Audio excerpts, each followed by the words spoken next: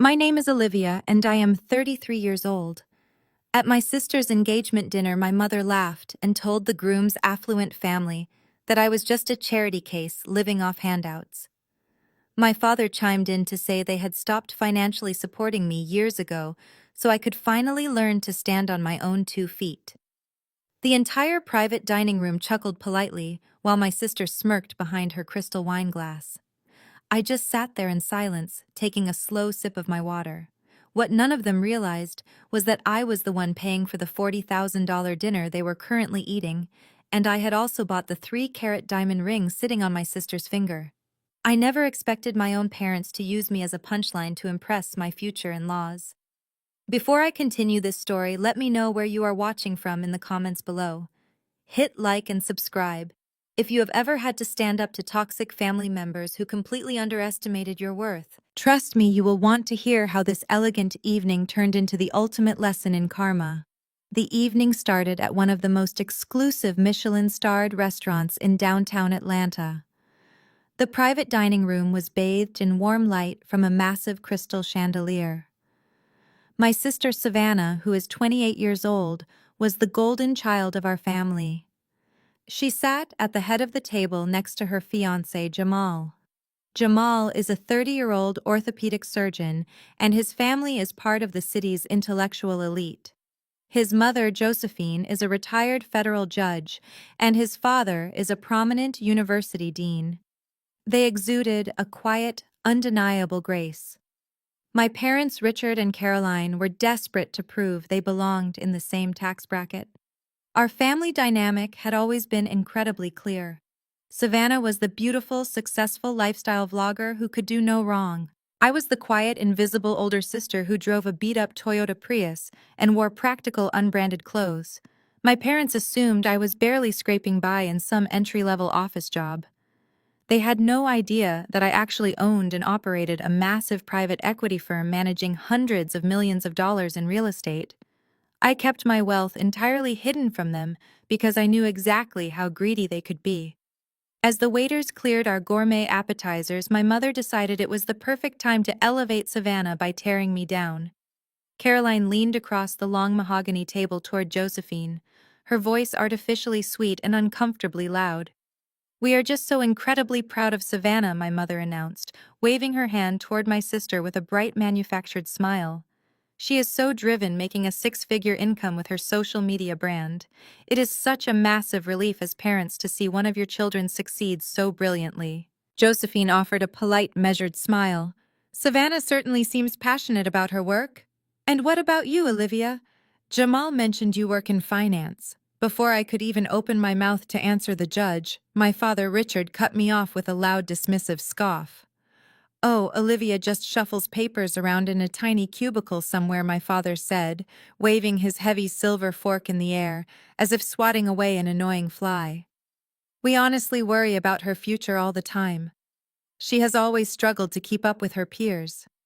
We had to cut off her financial aid a few years ago. We told her you cannot live off handouts from your parents forever. It is tough love, but she needed to learn absolute independence." My mother let out a theatrical sigh, placing a hand over her heart to feign concern. "It is true. We love her, of course, but she is essentially the family charity case. We are just glad we could bring her along tonight to experience a real luxury meal for once." The silence that followed was heavy and awkward. Jamal shifted in his seat, his brow furrowing in confusion. He looked at Savannah, who was busy admiring her reflection in her butter knife, ignoring the disrespect. Josephine darted her sharp eyes from my mother to me. The retired judge smelled the toxicity but remained perfectly composed. I did not raise my voice. I did not cry. I did not try to defend myself against their pathetic lies. I simply took a slow sip of water and looked directly into my mother's eyes. I let the silence stretch, allowing the sheer embarrassment of her cruelty to hang in the air for everyone to witness. They truly had no idea about what was coming. The heavy silence in the private dining room was suddenly broken by the sharp clinking of a silver spoon against crystal. Jamal pushed his chair back and stood up at the head of the table. He was a tall man with a commanding presence sharpened by years of navigating high-pressure surgical rooms. He adjusted his tailored suit jacket and looked down at my sister. Savannah beamed up at him, her eyes shining with fake adoration. She was clearly expecting him to deliver a glowing romantic tribute to their love story. My mother immediately reached for her phone to record the moment, whispering loudly to my father that they absolutely needed this footage for Savannah's social media followers. But Jamal did not look at the camera. He did not raise his glass to my sister. Instead, he turned his gaze directly toward my parents. His expression was completely unreadable, stripped of the polite warmth he had shown them all evening. Richard, Caroline. Jamal began, his deep voice carrying effortlessly across the room. I want to thank you both for your candor tonight. It is always refreshing to hear parents speak so openly about their core values, especially regarding financial independence and the severe danger of living off handouts. My parents puffed out their chests, completely mistaking his coldness for agreement. My father nodded vigorously, taking a large gulp of his expensive scotch. Exactly, Jamal, it is. About building character, my father declared with a smug grin. Jamal did not smile. He rested his hands on the edge of the table and leaned forward slightly. I completely agree, Jamal said smoothly. And because my family values honesty above absolutely everything else, I feel it is only right to set the record straight before we proceed with any celebrations tonight. Josephine, Jamal's mother, sat perfectly still, her eyes locked onto her son with an expression of intense focus. She knew him well enough to recognize the steel in his voice. Savannah's smile began to falter. Jamal, baby, what are you doing? She whispered, reaching out to tug at his sleeve. He gently but firmly pulled his arm away. You see, Richard? Jamal continued, ignoring my sister entirely. I was quite surprised to hear you speak so harshly about Olivia needing charity, especially considering the fact that Olivia is the only reason any of us are sitting in this Michelin-starred restaurant right now. My mother let out a nervous, high-pitched laugh that sounded like scraping metal. Oh, Jamal, please, she stammered, waving her hand. Do not let Olivia's little finance job fool you. She could never afford a place like this on her own. Jamal pulled a neatly folded piece of paper from his inner jacket pocket and dropped it onto the center of the table. It was the restaurant's final receipt. Actually, Caroline, she can. Jamal stated, his voice echoing in the sudden quiet. I spoke with the maitre d' before we sat down because I intended to treat everyone tonight. But I was informed that the bill had already been settled in full. A $40,000 tab prepaid on a black card belonging to Olivia. The color instantly drained from my mother's face. My father choked on his scotch, coughing violently into his linen napkin. The entire table stared at the receipt sitting under the chandelier light. But Jamal was not finished. He turned to look down at Savannah, who was now staring at him with wide, terrified eyes. And since we are on the topic of financial independence, Jamal said, his tone dropping an octave, I think it is time your parents knew the truth about the ring on your finger. Savannah gasped and quickly covered her left hand, but it was too late. When Savannah and I went ring shopping, Jamal explained I offered to buy a reasonably priced band. But Savannah insisted on the 3-carat flawless diamond. She told me she paid the massive difference herself using her brand deal money. But last week I accidentally saw the email receipt open on her laptop screen. Savannah did not pay for it, Olivia did. Olivia bought her own sister's engagement ring so Savannah could pretend to be wealthy on the internet. A suffocating silence slammed into the room. Nobody moved. Nobody breathed. Josephine slowly picked up her wineglass, her sharp eyes darting over to me with newfound respect. My mother looked like she was going to faint, staring at the diamond on Savannah's trembling hand. My father's mouth opened and closed like a fish out of water, totally unable to formulate any excuse. I sat completely still, holding my mother's horrified gaze. Jamal slowly adjusted his rigid stance. I refuse to build a marriage on a foundation of cheap lies, he said quietly.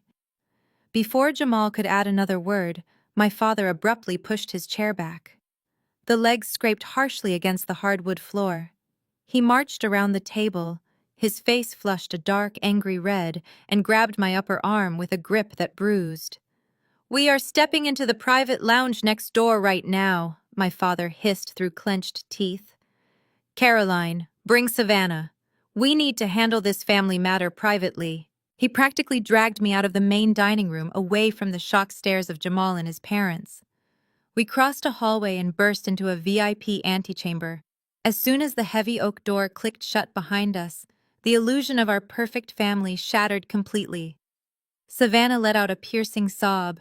She threw her designer clutch across the room where it smacked loudly against a velvet sofa. "You ruined absolutely everything," she screamed, pointing a manicured finger right at my face. "You could not just let me have one special night. You always have to make everything about you." My mother rushed to Savannah's side, wrapping her arms around her golden child and glaring at me as if I had just committed murder. Savannah was 28, but whenever she faced inconvenience, she regressed into a toddler. For years, she had been maxing out credit cards to fund her glamorous internet lifestyle, buying imported handbags, and booking first-class flights she could never afford. My parents always bailed her out, covering her massive debts, while telling friends how successful she was. Meanwhile, I was the designated scapegoat. If I needed a loan for college textbooks, I was given a lecture on fiscal responsibility. If Savannah needed $10,000 for a wellness retreat, it was considered a necessary investment. "How did you do it, Olivia?" My mother snapped, her voice trembling with intense rage. "Whose credit card did you steal to pull this sick stunt? You work in a tiny cubicle. There is no way you legally paid for that dinner or that diamond ring. Explain yourself before I call the police." I gently pried my father's heavy hand off my arm and took a deliberate step back, smoothing the front of my dress. "I did not steal anything," I replied calmly. "It is my money. I earned it, and I chose to pay because I knew Savannah was drowning in severe debt, and Jamal deserved to know the truth." Savannah let out a bitter, mocking laugh. "Your money? Please. You probably found some ancient, desperate sugar daddy to fund this entire charade. You definitely slept with a rich old man just to humiliate me in front of my future husband. You are so pathetic. You are so violently jealous of me that you would sink to being a high-priced escort just to steal my spotlight."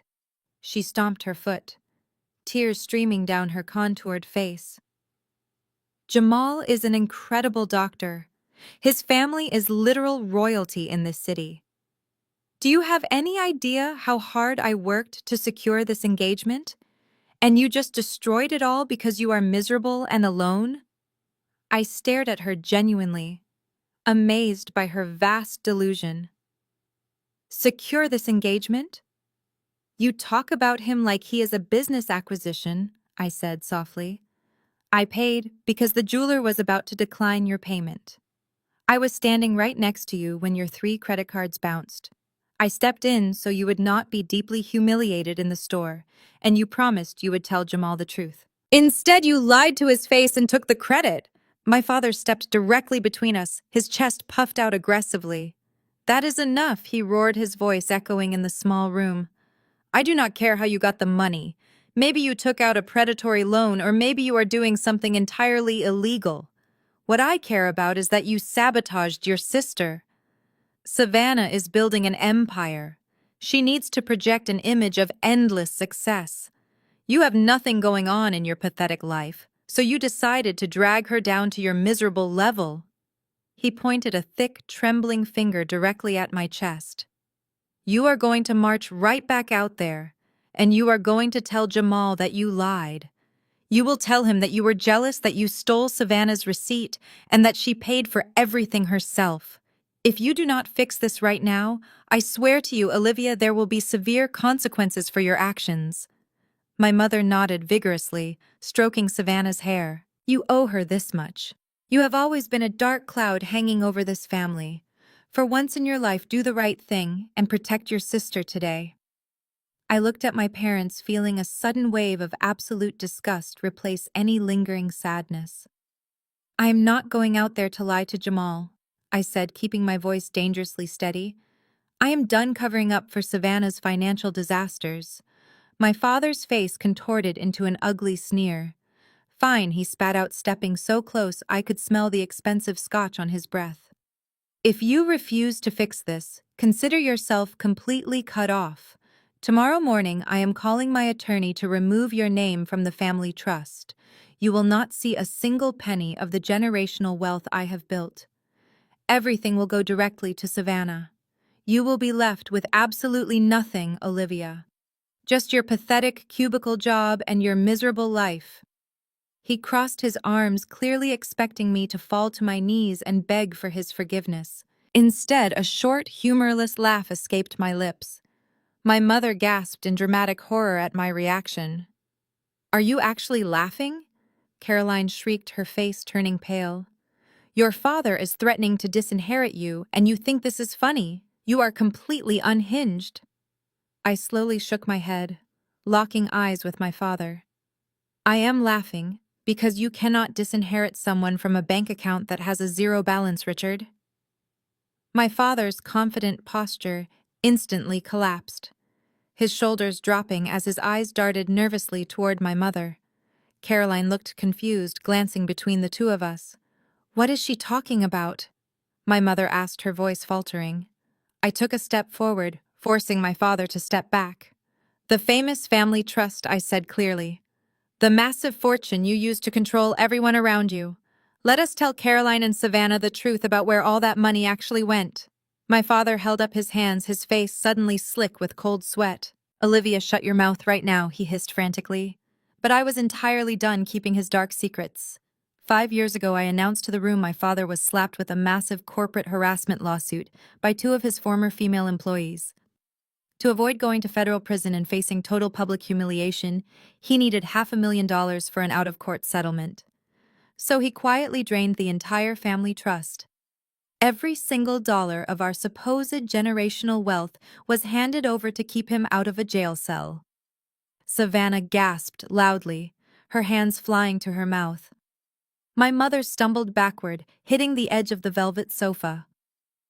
"You lied to me," my mother whispered, staring at my father in absolute horror.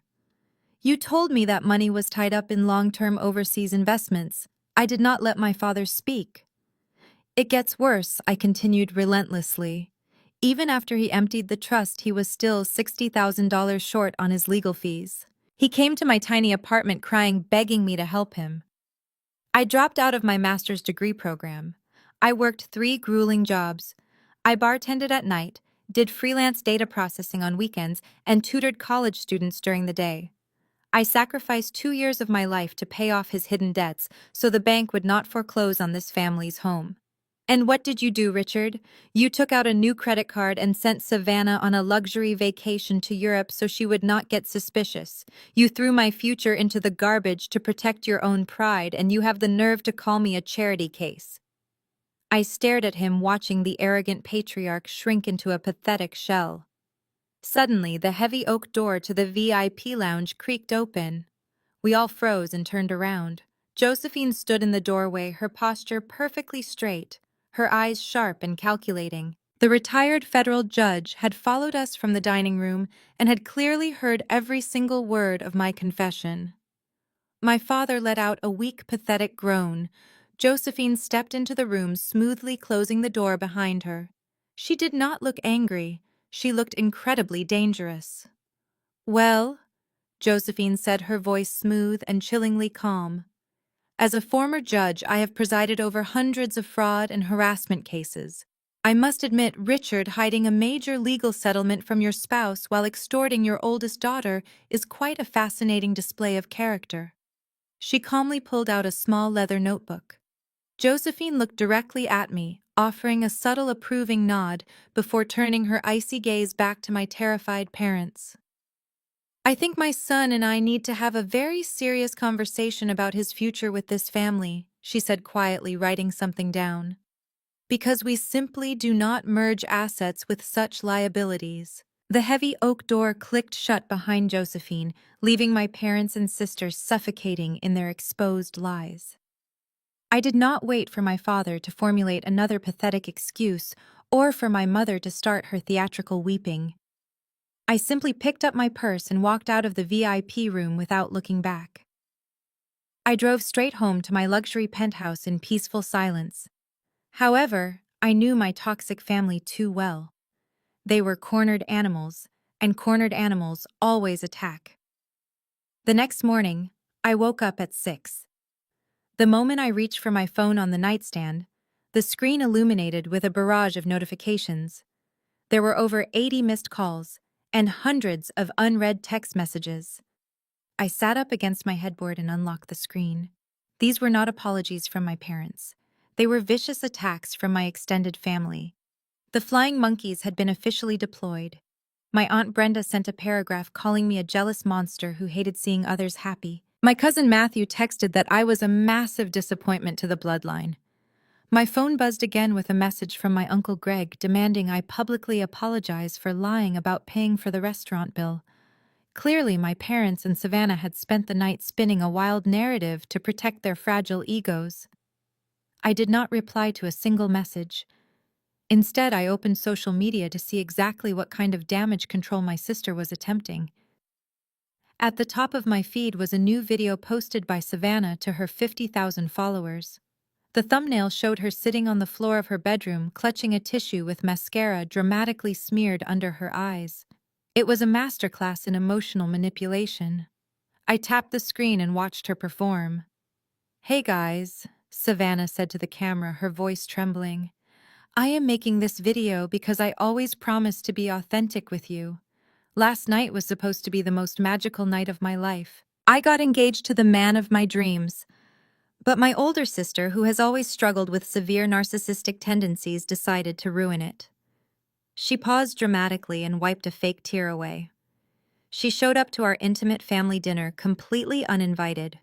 She has been struggling financially for years, and my parents had to recently cut her off because she refused to get her life together. So out of pure jealousy, she threw a massive tantrum, made up these horrible lies about my fiancé, and tried to claim she bought my engagement ring. It is just so heartbreaking when someone you love is so deeply sick and unhappy that they want to destroy your joy. The video continued with Savannah claiming that Jamal was just overwhelmed by my crazy behavior, but that their relationship was stronger than ever. She ended the video asking her followers to send positive energy during this painful family crisis. The comments were a disaster. Thousands of strangers were dragging my name through the mud. They were calling me a toxic narcissist, a broke loser, and a pathetic spinster. Savannah was soaking up the sympathy, replying to comments with heart emojis and expressing how brave she felt for speaking her truth. She was monetizing her own lies, using my character as the sacrificial lamb to boost her social media engagement. A younger, weaker version of me might have cried. I might have called my parents begging for them to tell the truth. I might have panicked and tried to defend myself in the comments.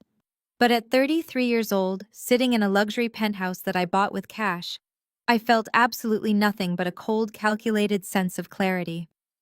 Savannah had just handed me the exact weapon I needed. I calmly screen-recorded the entire video before she could realize the legal implications of her actions and delete it. I took screenshots of her defamatory replies to the comments. Then I took screenshots of every single abusive text message sent by my extended family members.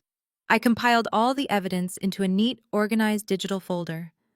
I opened my email application and drafted a message to the senior partner at the corporate law firm that represented my private equity company.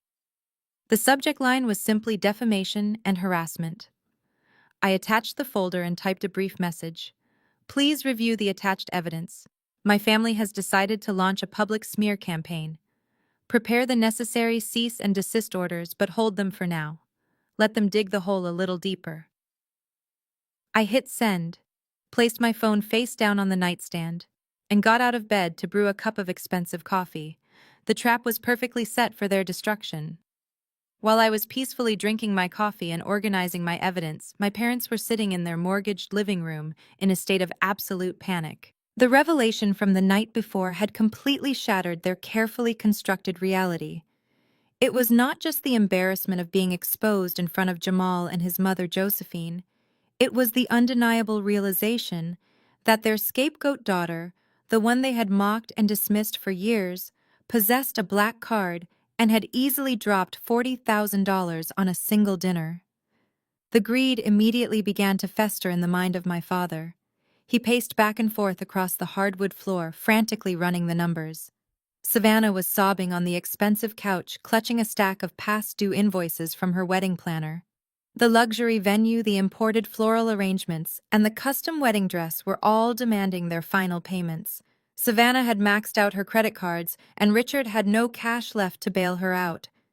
If they did not find a massive injection of funds within the week, the entire wedding would be canceled. Their fraudulent high society image would be destroyed forever, and they would become the absolute laughingstock of their community. Caroline watched her husband pace, her eyes narrowing as a dark, desperate idea began to form. She stood up and smoothed the fabric of her expensive designer blouse.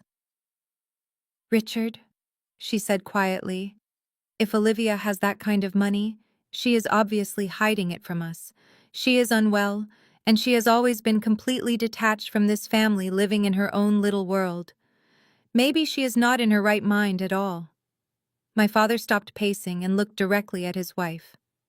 A slow, sinister smile spread across his face as he understood exactly what she was implying. They did not see my financial success as a reason to respect me. They saw it as an unprotected asset waiting to be aggressively claimed. Within an hour, my father was sitting in the dimly lit office of a notoriously aggressive family law attorney named Gregory Thorne. Gregory was widely known around the city for taking on cases that honest ethical lawyers absolutely refused to touch. He sat behind a massive mahogany desk, steepling his fingers as my parents spun a vicious web of absolute lies. My father leaned forward, looking deeply concerned and acting like a devoted parent. "Our daughter, Olivia, is suffering from severe mental instability." Richard lied incredibly smoothly. "She is exhibiting highly erratic behavior, hoarding massive amounts of money, and making bizarre, aggressive claims against her younger sister. We are terrified that she is going to hurt herself or fall victim to dangerous financial scammers. We need to step in and protect her assets before she destroys her own life entirely." Gregory Thorne smiled a cold, calculating smile because he knew exactly what my parents were doing. He only cared about billing them for his exorbitant hourly rate. "What you are looking for is a legal conservatorship," Gregory explained clearly. "It is a terrifying legal mechanism where the court grants you full, unrestricted control over your daughter's personal and financial affairs. If we can convince a judge that she lacks the capacity to manage her own estate due to severe psychological distress, you will be granted immediate access to all her bank accounts, properties, and corporate investments. You will have total authority over how every single dollar of her money is spent. This power is ostensibly granted for her own care and the overall care of her family members." Savannah, who had excitedly tagged along to the legal meeting, perked up instantly. "So, if we get this conservatorship approved, we could legally use her money to pay for my expensive wedding?" Savannah asked eagerly. "Because technically keeping the family happy and stable is considered part of her psychological care, right?" Gregory nodded slowly and confirmed that as her legal guardians, her parents would indeed have broad discretion over her finances. My mother clapped her hands together in delight, completely ignoring the sheer monstrosity of what they were actively plotting against my freedom. They were planning to use the justice system to strip me of my human rights, steal my hard-earned wealth, and reduce me to a financial hostage just to fund a lavish party. My father pulled out his credit card, maxing out the last available limit to pay Gregory Thorne his hefty retainer fee. "Draw up the paperwork," my father ordered sternly. "I want the petition filed with the court by tomorrow morning. We will claim she had a violent psychotic break at the restaurant last night." Gregory began typing on his computer, the legal trap loudly snapping shut. They walked out of that office feeling incredibly powerful. While my parents walked out of that law office feeling incredibly powerful, I was miles away living a reality they could not possibly comprehend. Later that morning, I merged my beat-up Toyota Prius onto the busy Atlanta highway. My family always mocked this car. They thought I drove it because I was broke. Savannah constantly made fun of the faded paint. In truth, I drove it because it was reliable, fuel efficient, and I never felt the desperate need to perform fake wealth for strangers. I navigated toward the financial district, pulling up to the security gates of a glass skyscraper. The security guard immediately smiled and opened the private VIP entrance. I drove my old Prius down into the brightly lit underground garage and parked directly between a Bentley and a Porsche. My parking space was the oversized executive spot marked specifically for the chief executive officer. I grabbed my briefcase, walked to the private elevator, and scanned my biometric fingerprint on the security pad to access the penthouse level. The polished steel elevator doors slid open with a soft chime, revealing the breathtaking lobby of Onyx Capital. This was my hidden empire, a fortress built entirely without my family's knowledge. I founded the firm 7 years ago with the money I had painstakingly saved, traded, and invested after paying off my father's hidden legal debts.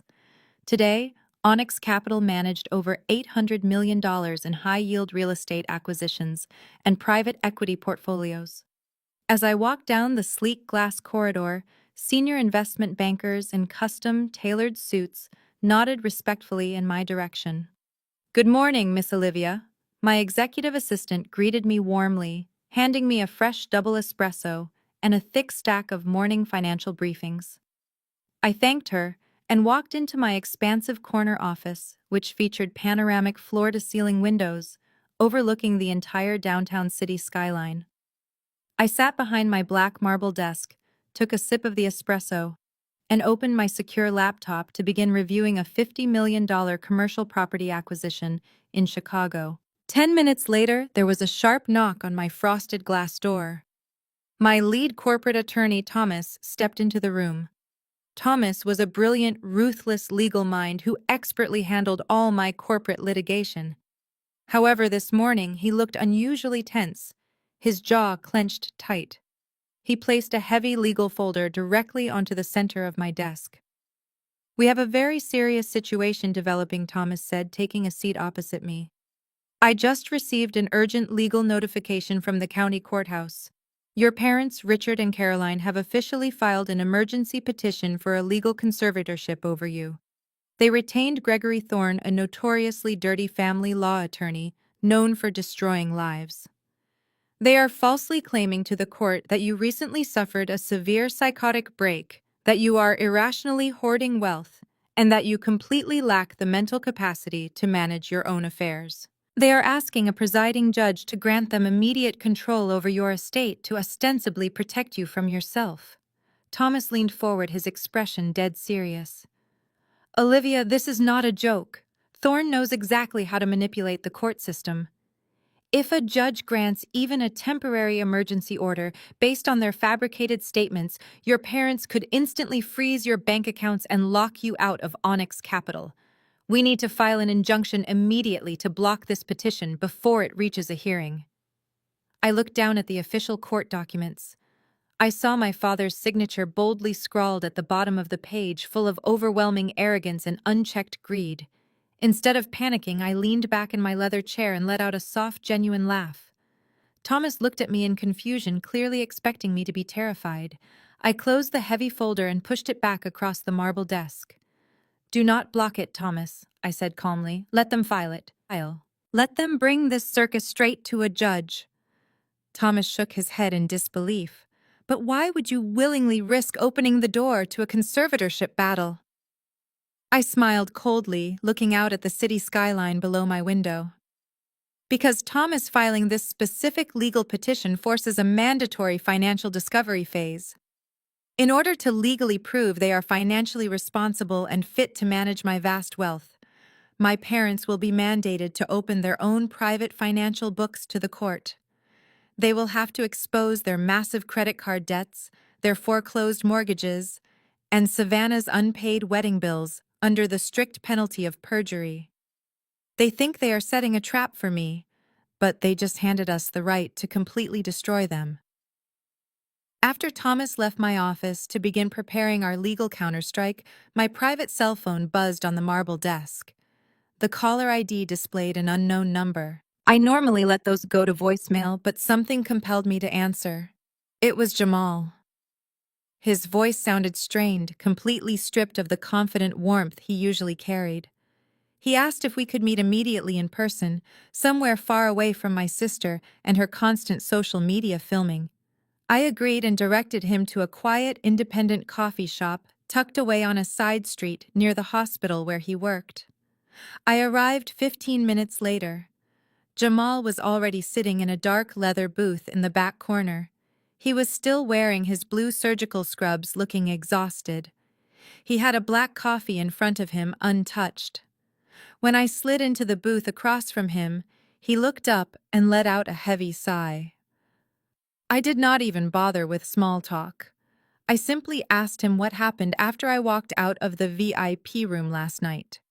Jamal rubbed his temples.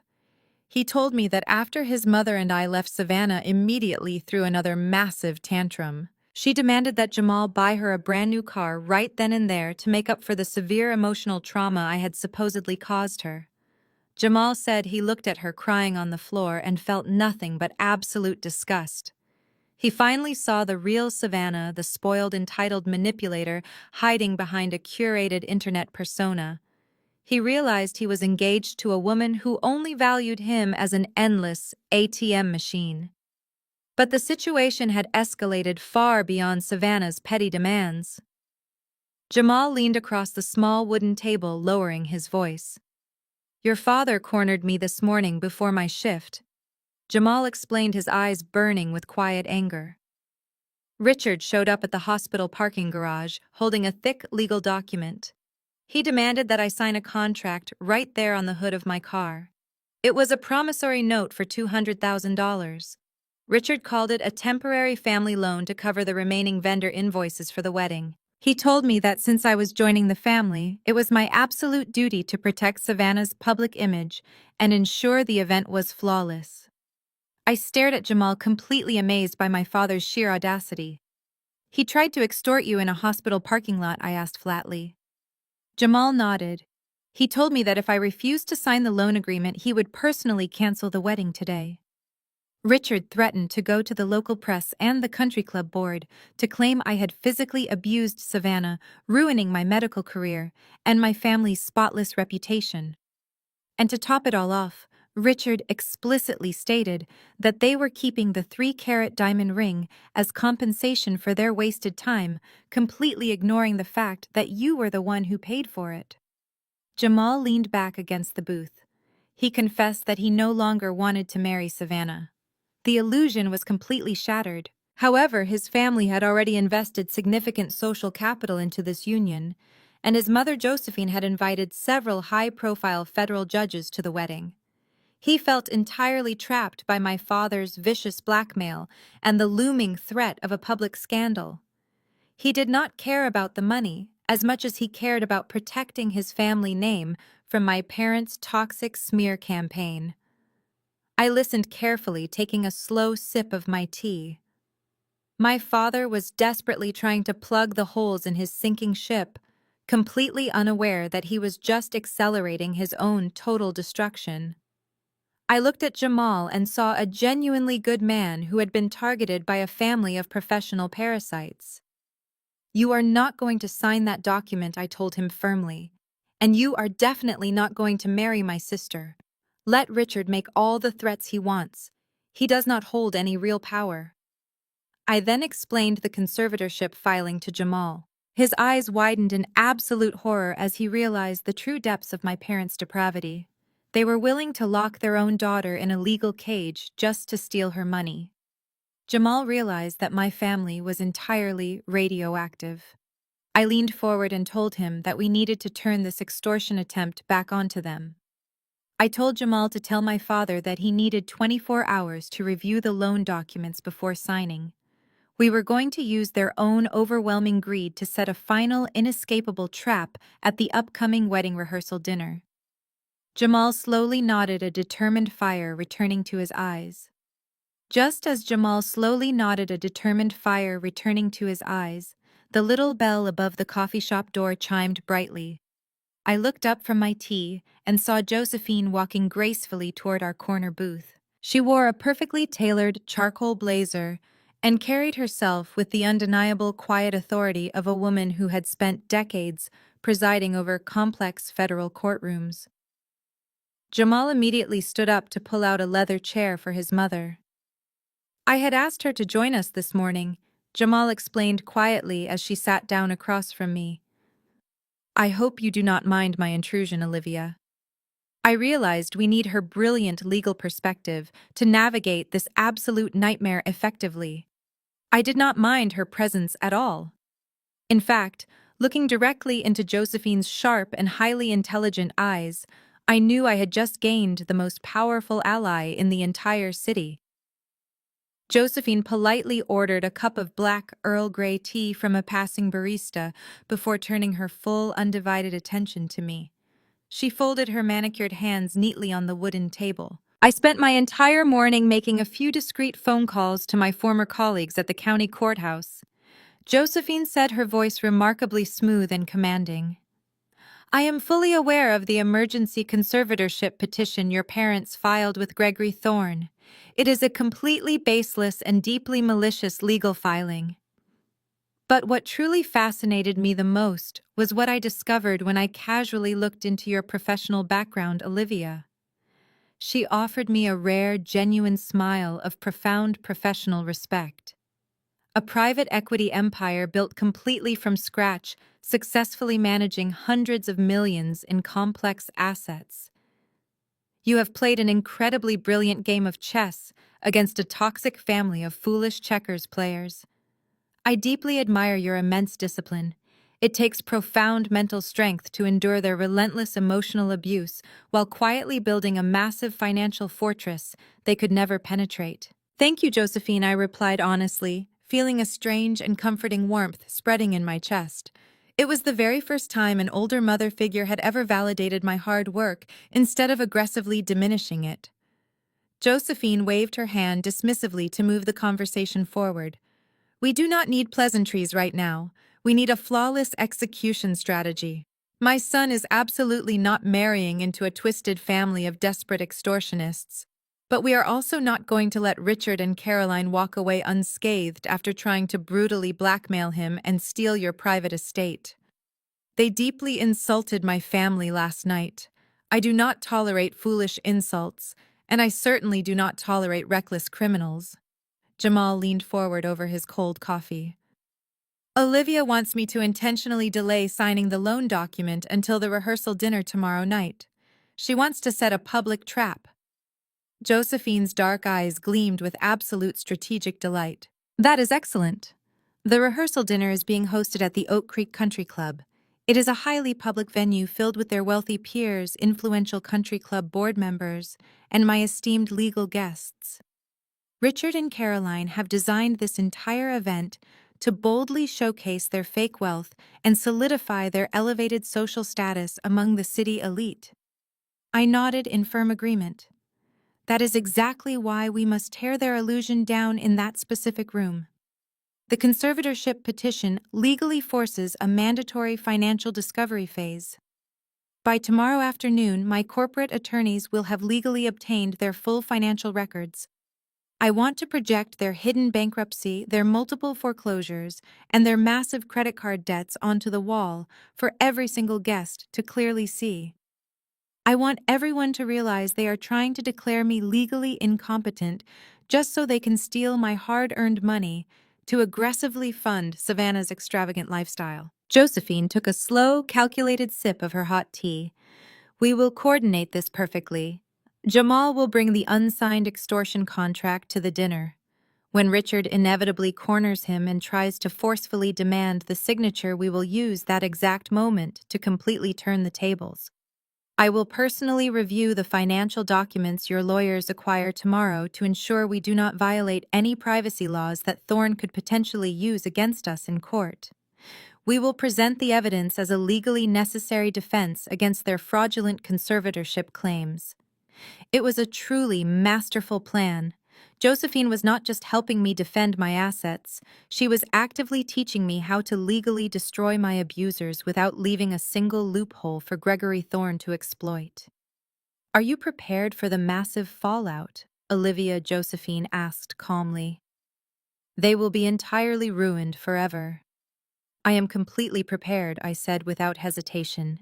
They dug their own grave. I left the coffee shop feeling an electric current of anticipation running through my veins. The pieces of my ultimate trap were moving flawlessly into place. As I stepped out into the bright Atlanta afternoon, my cell phone vibrated again in my purse. It was Thomas, my lead corporate attorney. He informed me that the emergency conservatorship petition had officially been logged by the county clerk. Thorne had pushed it through with terrifying speed, leveraging his shady connections within the local courthouse. A process server was already en route to my office to formally deliver the summons. I drove back to the towering glass skyscraper that housed Onyx Capital and took the private elevator directly up to the penthouse floor. By the time I walked into my corner office, a stern-looking man in a cheap gray suit was waiting in the lobby. He handed me a thick manila envelope and briskly walked away. I sat down at my black marble desk, sliced the envelope open with a silver letter opener, and spread the documents out in front of me. The sheer volume of lies contained within those pages was staggering. My father had submitted a sworn affidavit claiming I suffered from violent delusions. My mother had attached a fabricated list of my supposedly erratic spending habits, completely omitting the fact that every single dollar they referenced was spent bailing out their golden child Savannah. Just as I finished reading the disgusting legal jargon, my phone screen lit up with a new text message. It was from Caroline. "Give us access to your bank accounts voluntarily," she wrote, her words dripping with a fake sickening sweetness. "If you just cooperate, we will tell Mr. Thorne to drop the court case immediately. We just want to help you, sweetie.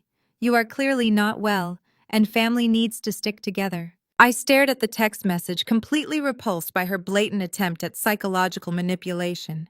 She was trying to play the role of the concerned, loving mother while simultaneously holding a legal gun directly to my head.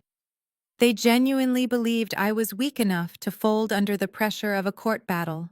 They thought the threat of public humiliation would force me to hand over the keys to my financial empire. I did not type out a long, angry response. I did not try to reason with her or defend my sanity. I simply selected a single thumbs-up emoji and hit send. That tiny yellow digital image was the absolute perfect response. It gave them absolutely nothing to use against me, but it secretly signaled my total readiness for the impending war.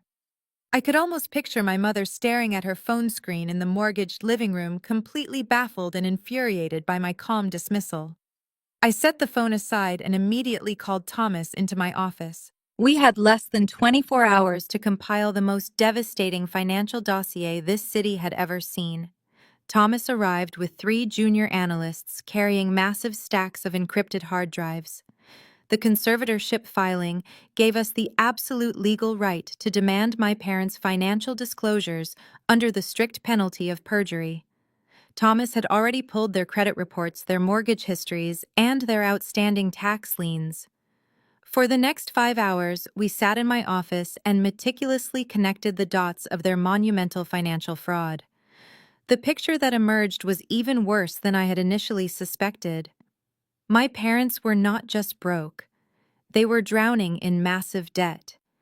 They had taken out a second mortgage on a house they barely owned. Their credit cards were maxed out with exorbitant interest rates, and they were 3 months behind on their luxury car lease payments. Savannah's wedding expenses alone had pushed them over the edge into absolute bankruptcy. I printed every single document on high-quality, legal-sized paper. I placed the bank statements showing Savannah's unpaid vendor invoices next to the foreclosure notices my father had hidden from his country club friends. I carefully organized the evidence into a thick black leather binder. This was not just a defense against a frivolous lawsuit. This was a highly weaponized summary of their entire pathetic existence. I closed the heavy binder and locked it inside my wall safe. The calm before the massive storm settled over my office. I looked out the floor-to-ceiling windows at the sprawling city below. Tomorrow night, my family would walk into the Oak Creek Country Club, feeling incredibly arrogant, completely convinced they had finally cornered me into submission. They had no idea that I was walking into that exact same room, holding the absolute power to erase their entire social and financial identity forever. I grabbed my car keys, feeling a dark, satisfying smile spread across my face. Let the rehearsal dinner begin. The heavy oak doors of the Oak Creek Country Club stood open, flanked by pristine floral arrangements that my parents could not actually afford. I handed the keys of my Toyota Prius to the valet, ignoring his slightly judgmental glance. Inside the grand ballroom was a masterclass in complete financial delusion. Massive crystal chandeliers cast a warm golden glow over the 50 guests. Waiters in crisp uniforms circulated with silver trays of expensive champagne. My mother, Caroline, was holding court near the towering stone fireplace. She was wearing a stunning custom-beaded designer gown that I knew for an absolute fact was purchased on a maxed-out credit card just 3 days ago. She looked like a wealthy matriarch playing the role of high society royalty with sickening enthusiasm. I stood quietly by the entrance, clutching my sleek black designer handbag, which discreetly concealed the digital tablet containing the devastating financial dossier. I watched carefully as Caroline zeroed in on Jamal's family. Josephine and Jamal's father were standing near the string quartet, looking incredibly elegant. Josephine wore a beautifully tailored emerald silk suit, projecting effortless sophistication. My mother glided over to them, a condescending smile plastered across her face. "Oh, Josephine," Caroline cooed loudly, ensuring the nearby country club members could hear every single word. "I am just so thrilled you could make it to our little club tonight. I know these environments can feel a bit overwhelming if you are not accustomed to this level of traditional exclusivity. But please do not feel intimidated. Just ask the catering staff if you need help figuring out the gourmet menu." My mother's tone was dripping with venomous, racially coded microaggressions. She was desperately trying to paint Jamal's highly educated, profoundly successful African-American family as outsiders who should feel incredibly grateful to be allowed into her precious country club space. Josephine did not flinch. She did not raise her voice or show a single ounce of anger. She simply took a slow sip of her sparkling water and looked at my mother with an expression of mild clinical pity. "Thank you for your deep concern," Caroline Josephine replied, her voice smooth and carrying a terrifyingly calm authority. "But there is absolutely no need to worry about us. I am actually quite familiar with this specific club. In fact, I sat on the board of directors here for 6 years before I stepped down to accept my federal judicial appointment. I was the one who drafted the updated bylaws allowing non-legacy members like Richard to finally purchase a membership." The blood instantly drained from my mother's heavily contoured face. Caroline's jaw tightened, completely paralyzed by the sheer magnitude of Josephine's polite surgical strike. Several nearby guests, including the current club president, turned their heads and chuckled softly at my mother's profound public embarrassment. Josephine tilted her head slightly, offering a devastatingly polite smile. "I do hope you are enjoying the luxury amenities, Caroline. It is always so nice to see new members trying their absolute best to fit in." My mother swallowed hard, her eyes darting nervously around the room. She mumbled a hasty, incoherent excuse about needing to check on the catering staff and quickly scurried away toward the kitchen doors. I walked over to Josephine, completely unable to hide the amused smirk on my face. "That was absolutely brilliant," I whispered as I joined her side. Josephine kept her eyes straight ahead, watching my mother flee the interaction. "Real wealth is entirely silent, Olivia," Josephine murmured back to me, taking another sip of water. "Only massive suffocating debt feels the desperate need to scream for attention." We shared a brief knowing look. The trap was holding perfectly, and my mother had already made a massive fool of herself. Across the lavish room, I saw my anxious father pacing near the private mahogany bar. Richard was sweating profusely through his rented tuxedo. He was not mingling with the guests or enjoying the expensive champagne he had illegally financed. Instead, his dark eyes were locked entirely onto Jamal. I watched my father anxiously pull a thick folded legal document from his breast pocket. He tapped his expensive watch aggressively, signaling Jamal to step out into the secluded hallway away from the main party. Savannah was standing nearby, nervously biting her lip and avoiding Jamal's gaze. The desperate extortion attempt was finally about to begin. I tightened my grip on my black leather handbag and took a very long, deep breath to steady my racing pulse. I was entirely ready to boldly step right into that dimly lit hallway, confidently intercept that highly fraudulent loan contract from his trembling hands, and finally begin the highly anticipated, meticulous process of tearing their totally fake, carefully constructed world completely apart, piece by satisfying piece. I walked quietly out of the bustling main ballroom and stepped into the quiet, carpeted hallway leading toward the private restrooms. Just around the corner, I found my father Richard cornering Jamal. He had Jamal backed against the stone wall. The legal document was shoved into Jamal's chest. "Listen to me very carefully," Jamal, my father, hissed, his voice tight with aggressive desperation. "You are marrying my beautiful daughter tomorrow. You are marrying into my prestigious family. With that immense privilege comes certain unwritten financial responsibilities. The wedding planner needs a $200,000 wire transfer by midnight tonight, or the entire event is officially canceled. Savannah will be completely devastated, and I will personally make sure every single person in this city knows you were the one who broke her heart and backed out on your solemn financial commitments."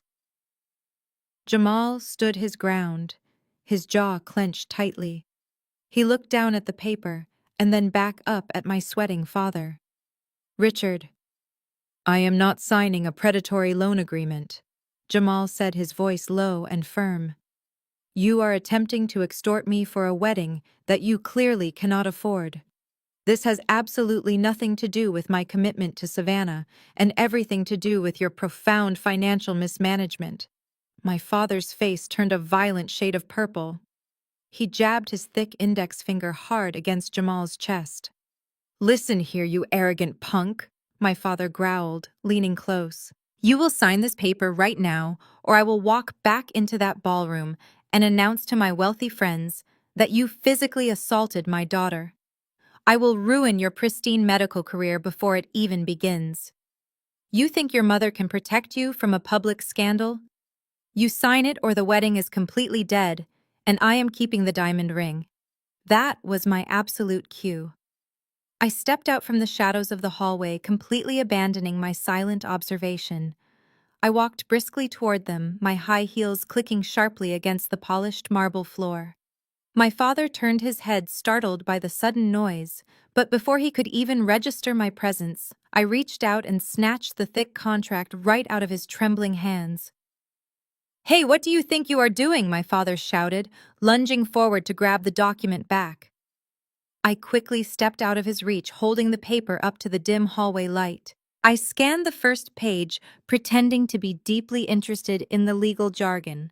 "A $200,000 promissory note at an 8% interest rate," I read aloud, my voice echoing in the empty corridor. "Really, Richard?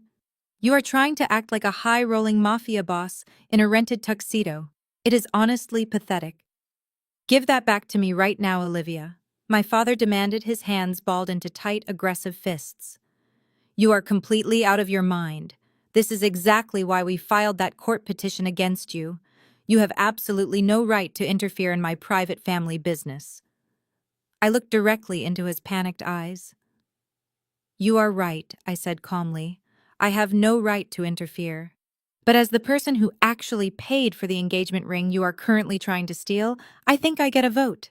Without breaking eye contact with my father, I gripped the thick stack of papers with both hands and ripped the entire contract perfectly in half. I let the torn pages flutter down onto the marble floor like cheap, worthless confetti. My father let out a loud, guttural scream of pure, unfiltered rage. "You stupid, ungrateful brat!" he roared, his face contorting into an ugly mask of hatred. "You just destroyed Savannah's entire future." The loud shouting instantly attracted attention. The heavy ballroom doors swung violently open.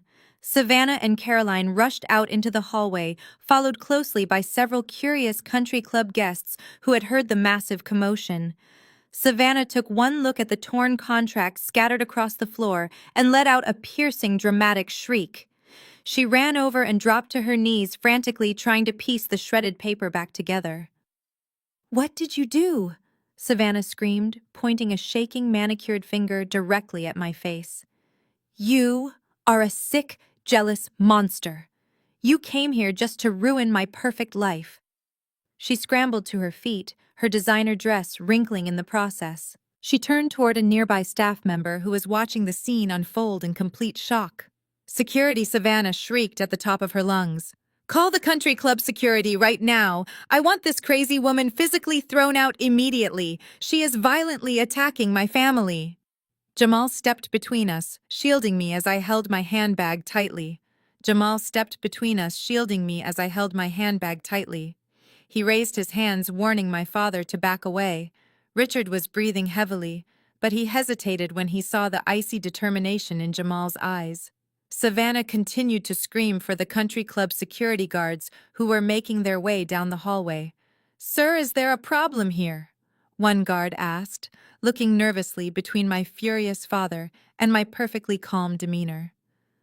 My mother, Caroline, arrived right behind the guards, panting heavily. "She is trespassing!" Caroline shrieked, pointing a shaking finger at me. "She is violently unstable and actively trying to ruin my daughter's rehearsal dinner. Escort her off the premises right this second." I gently placed my hand on Jamal's shoulder and stepped around him, completely ignoring my hysterical mother. "I am not trespassing," I said clearly, pulling my gold-embossed country club membership card from my handbag and holding it up for the guards to see. "I am a fully paying platinum member of this establishment, and I am making my way back to the main ballroom." The security guards looked at the elite card and took a step back, unwilling to forcefully remove a high-tier member. Instead of heading toward the exit doors, I turned on my heel and walked briskly back into the grand ballroom. The string quartet was still playing a soft romantic melody, and the wealthy guests were happily sipping their expensive champagne, completely unaware of the massive conflict that had just occurred in the hallway. I did not walk back to my assigned table. I walked directly toward the elevated audio-visual booth situated at the far end of the room. The young technician sitting behind the soundboard looked up in surprise as I confidently entered his designated workspace. "Excuse me, miss, you are not allowed back here," he started to say, but I simply handed him a crisp $100 bill and pointed to the main projection system. "I need to display a presentation for the bride and groom," I told him firmly. The technician happily took the cash and stepped aside, pointing to the main connection cable. I unzipped my designer handbag and pulled out the sleek digital tablet containing the devastating financial dossier my corporate attorneys had compiled. I plugged the connection cable directly into my device. With a few quick taps on the screen, I synced the tablet to the main ballroom system. First, I disabled the audio feed. The soft, romantic string quartet music was instantly cut off mid-note. The sudden jarring silence echoed loudly through the massive room, causing every single guest to stop talking and turn their attention toward the front of the ballroom. Next, I activated the main visual projector. The heavy mechanical gears hummed loudly above us, and a blindingly bright white light shot across the room. It illuminated the massive blank wall directly behind the lavish head table where Savannah was supposed to sit. The guests naturally expected to see a beautiful romantic slideshow featuring childhood photos of the bride and the groom. Instead, they were greeted by the stark, highly clinical interface of a massive financial spreadsheet. I picked up the main wireless microphone from the audio board and flipped the switch to the on position. The microphone let out a sharp feedback whine, making wealthy guests wince and cover their ears. My father, Richard, and my mother, Caroline, burst through the hallway doors just as the image came into perfect focus. They froze, completely paralyzed by absolute terror. Projected in massive, bold letters across the entire back wall were official bank logos, highly confidential account numbers, and undeniable legal foreclosure notices. Savannah stumbled into the ballroom right behind them, clutching the torn pieces of the extortion contract. She looked up at the wall and her jaw dropped in utter confusion. She did not understand what she was looking at, because she had never been forced to look at a real financial document. But the corporate executives and wealthy elite in the audience immediately recognized the severe legal documents glaring down at them. I stepped out of the audio-visual booth, holding the microphone tightly in my right hand. I stood in the center of the room, surrounded by silent guests. My voice boomed clearly through the surround sound speakers, cutting through the heavy tension in the air. "Good evening, everyone," I said smoothly, looking directly at my deeply terrified parents. My parents recently filed a legal petition claiming I am mentally unfit to manage my own money. They claim they are financially responsible enough to take over my estate. So I thought tonight would be the perfect opportunity to transparently review their impressive financial portfolio with all of their very closest elite friends here.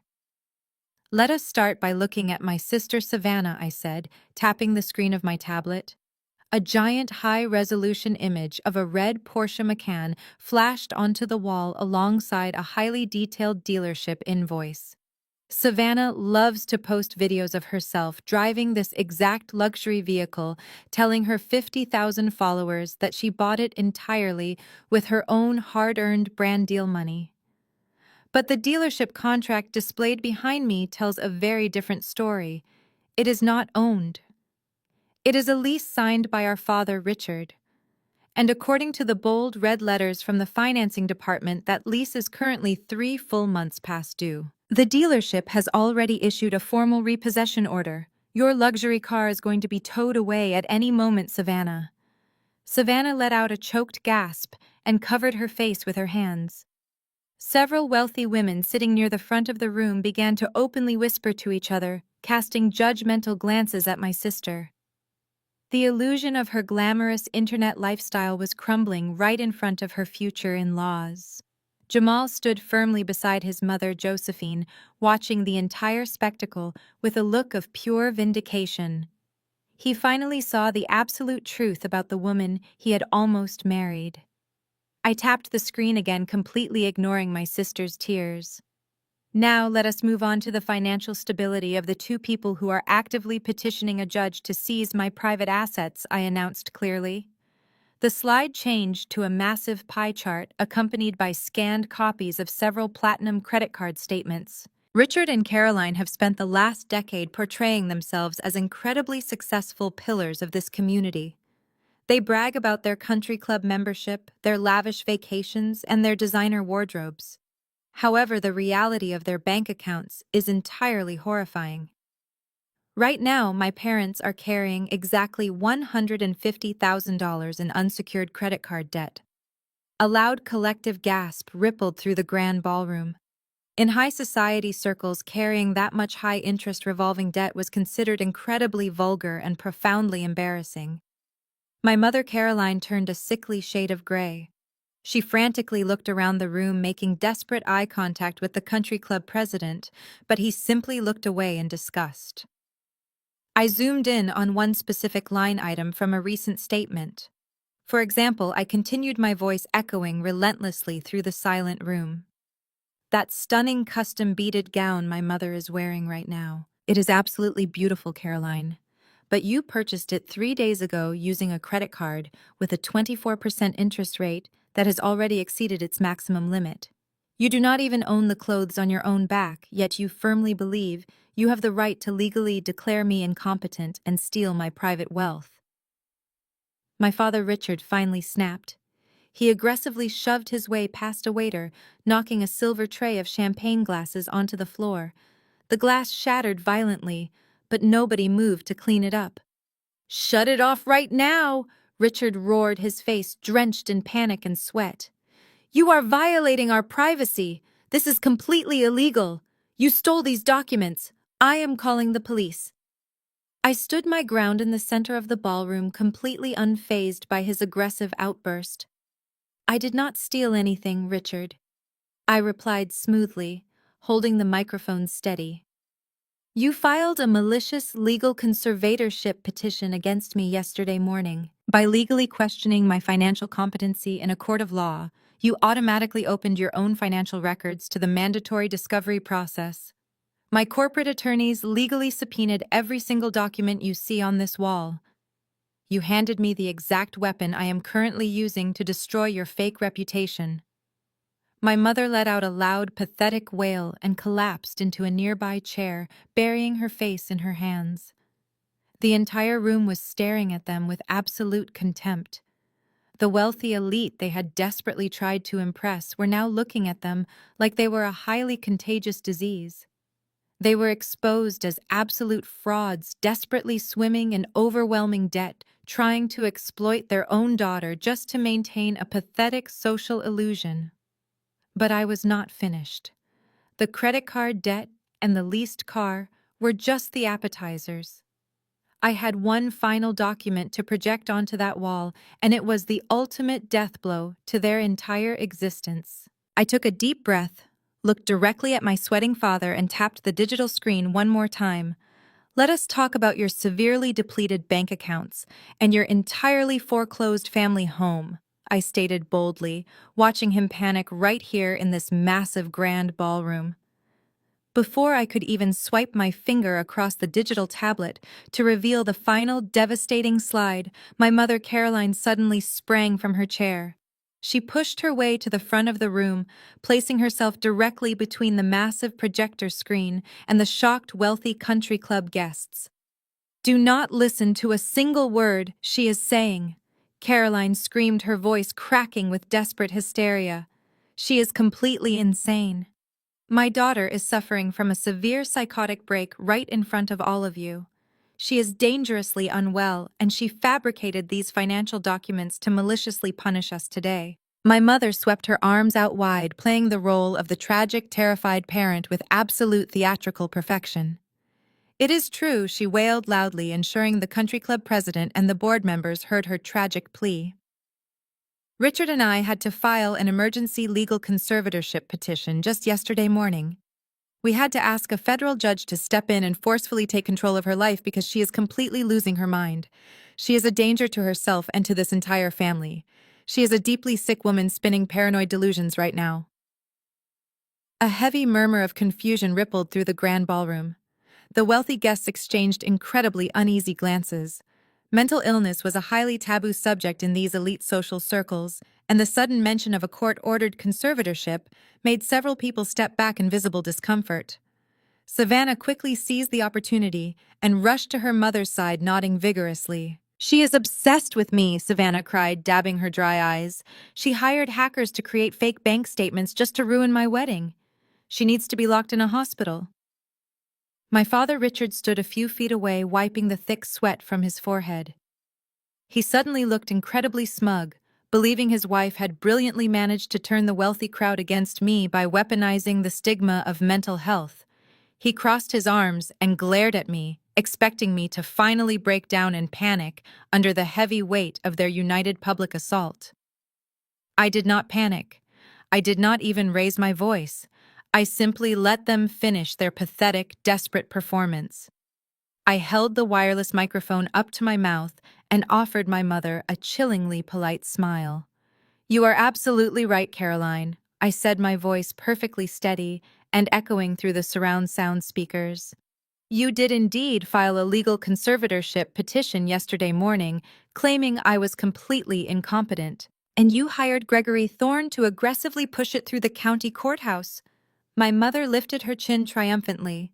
"She admitted it," Caroline shouted to the crowd. I raised my hand, calling for total silence.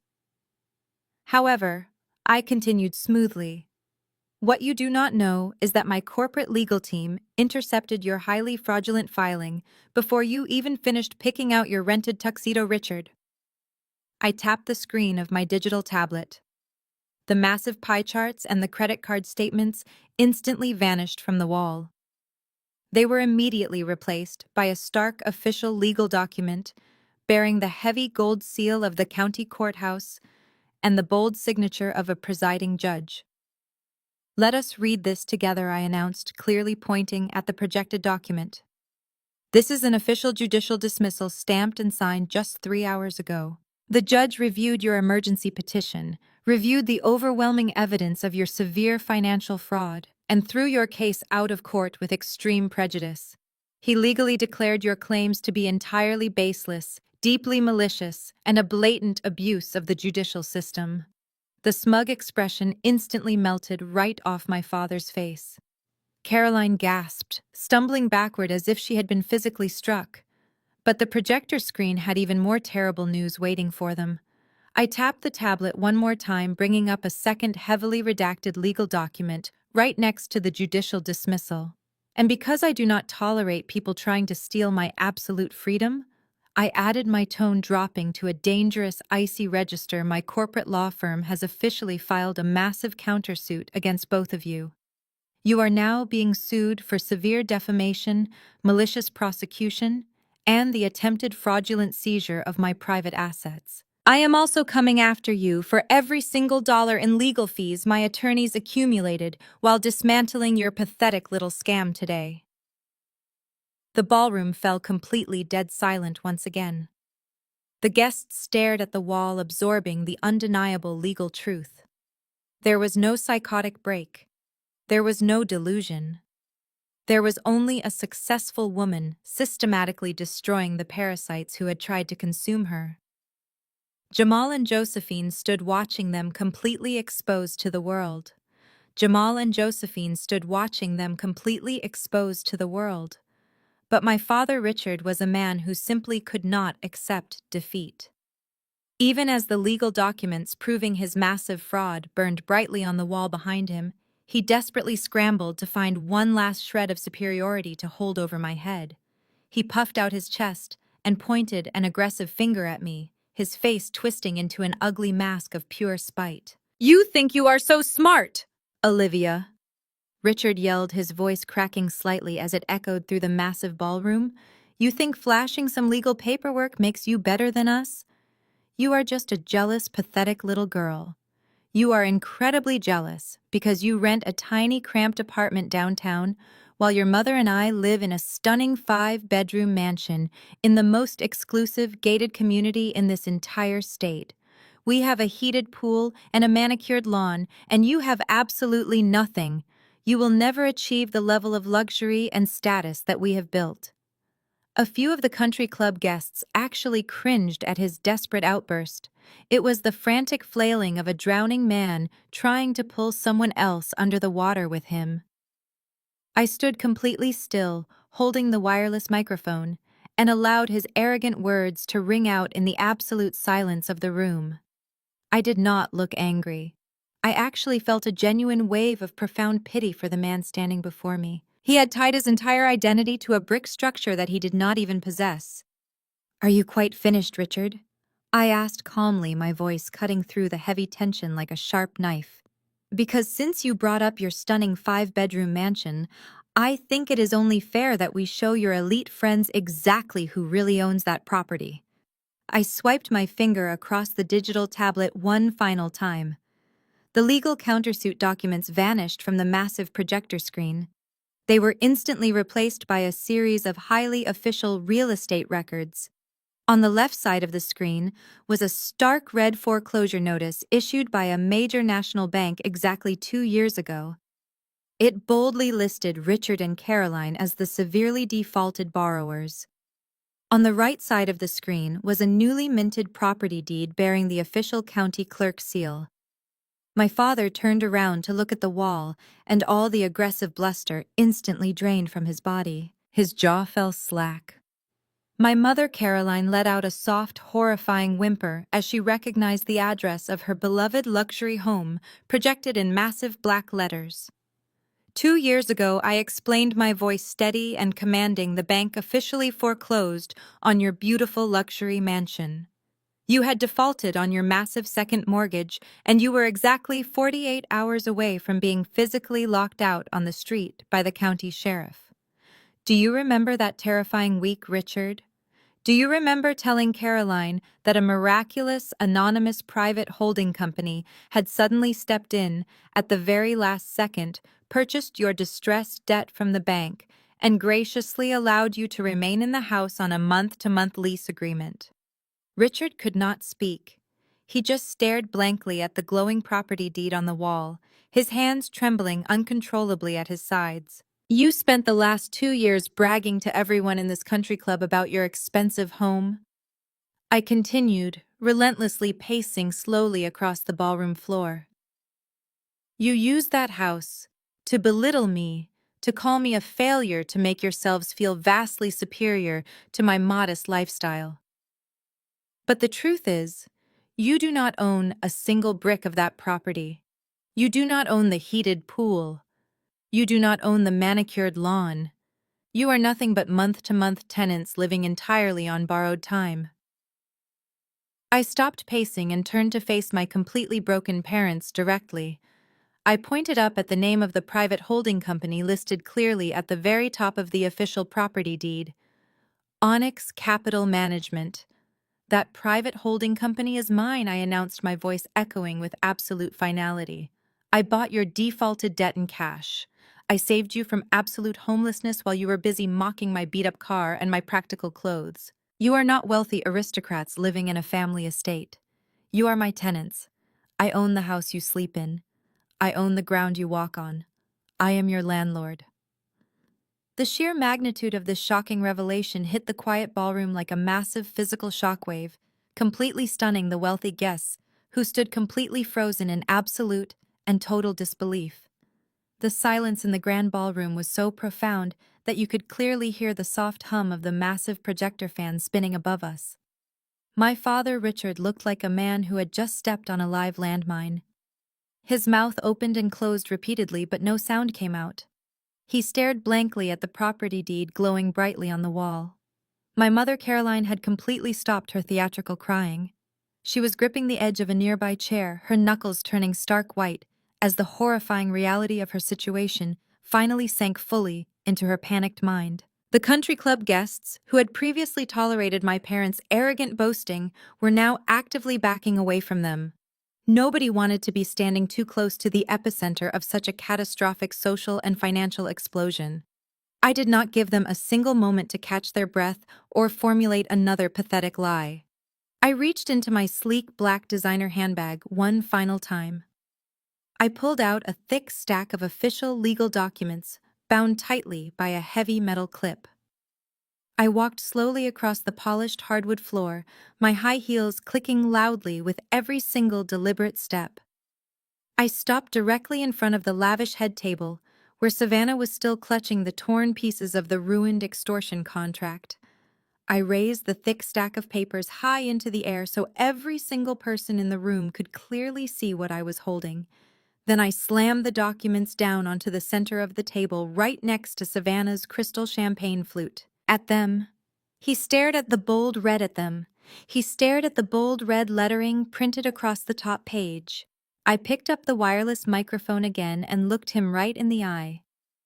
That, Richard, is your official 30-day notice of eviction, I announced clearly. You see, for the last 2 years, I was perfectly content to let you live quietly in that massive house. I was perfectly content to let you play pretend with your wealthy country club friends and act like you were a wildly successful patriarch. I paid the exorbitant property taxes. I paid the expensive homeowner's insurance completely out of my pocket. I even paid for the expensive landscaping service that kept your front lawn looking so pristine. I asked for absolutely nothing in return. I just wanted you to leave me alone so I could live my life in peace. My mother let out a sharp, terrified gasp. "You cannot do this to us!" Caroline cried desperately, reaching out toward the table.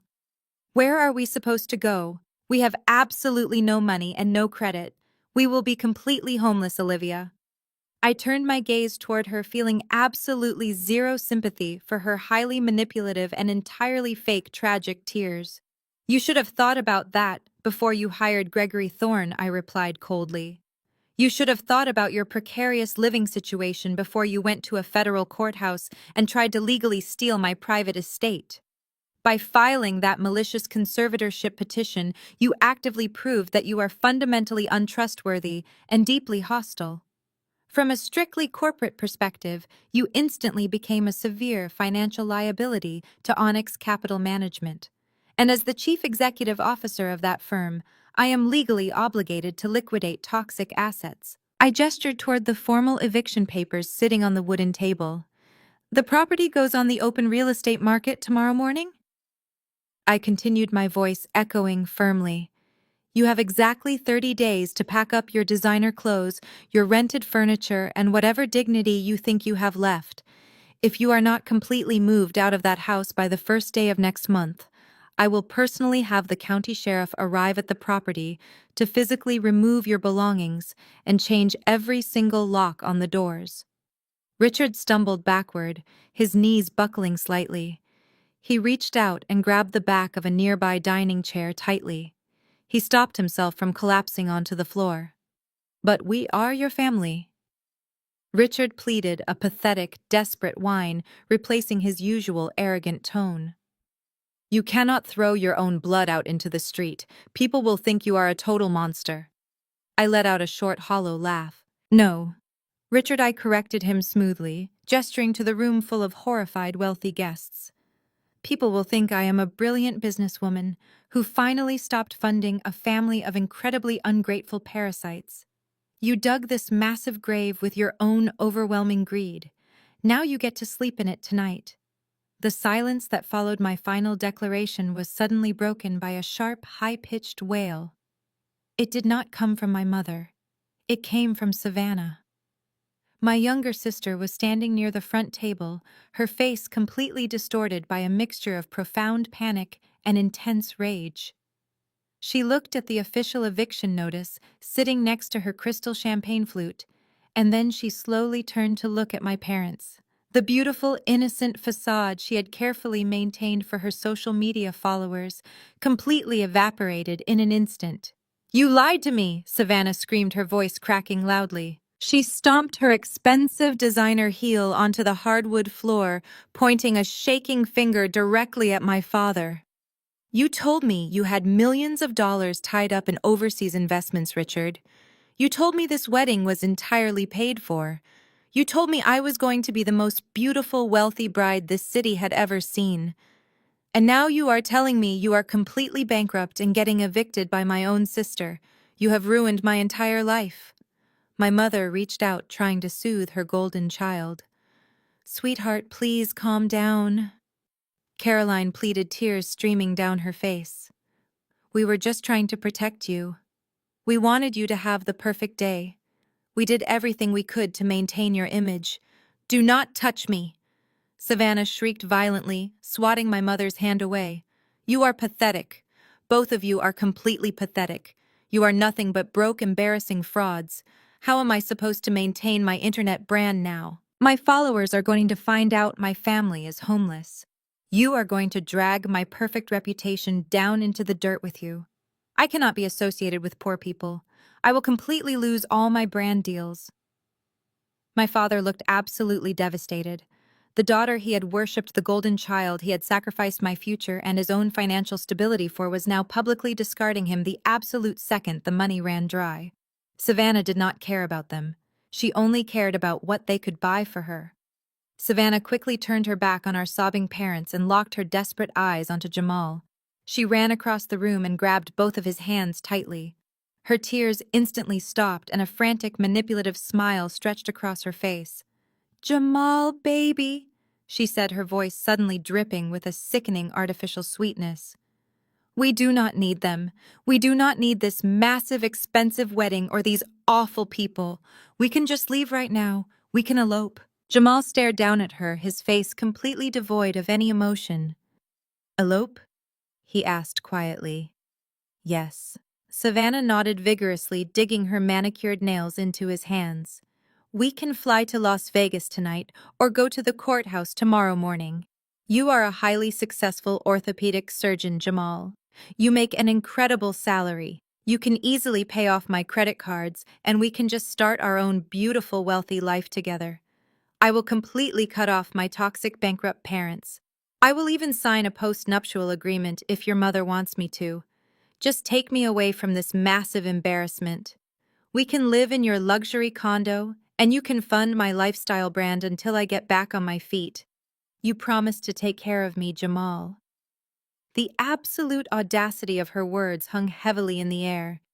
Savannah had completely dropped her mask. In her frantic desperation to secure a new source of funding, she had openly admitted that she viewed Jamal as nothing more than a human bank account. She did not express any love for him. She did not express any regret for lying to his family about the engagement ring. She only saw his prestigious medical degree and his massive income potential. She was fully prepared to throw her own parents straight under the bus and latch onto him like a desperate parasite just to keep buying designer handbags. Josephine stood a few feet away, her posture perfectly straight. She did not say a single word, but her sharp eyes analyzed Savannah with the cold precision of a federal judge issuing a life sentence. She had seen right through my sister from the very beginning, and now Savannah was proving her right in front of the entire country club. Jamal slowly looked down at his hands, which were still being gripped tightly by my frantic sister.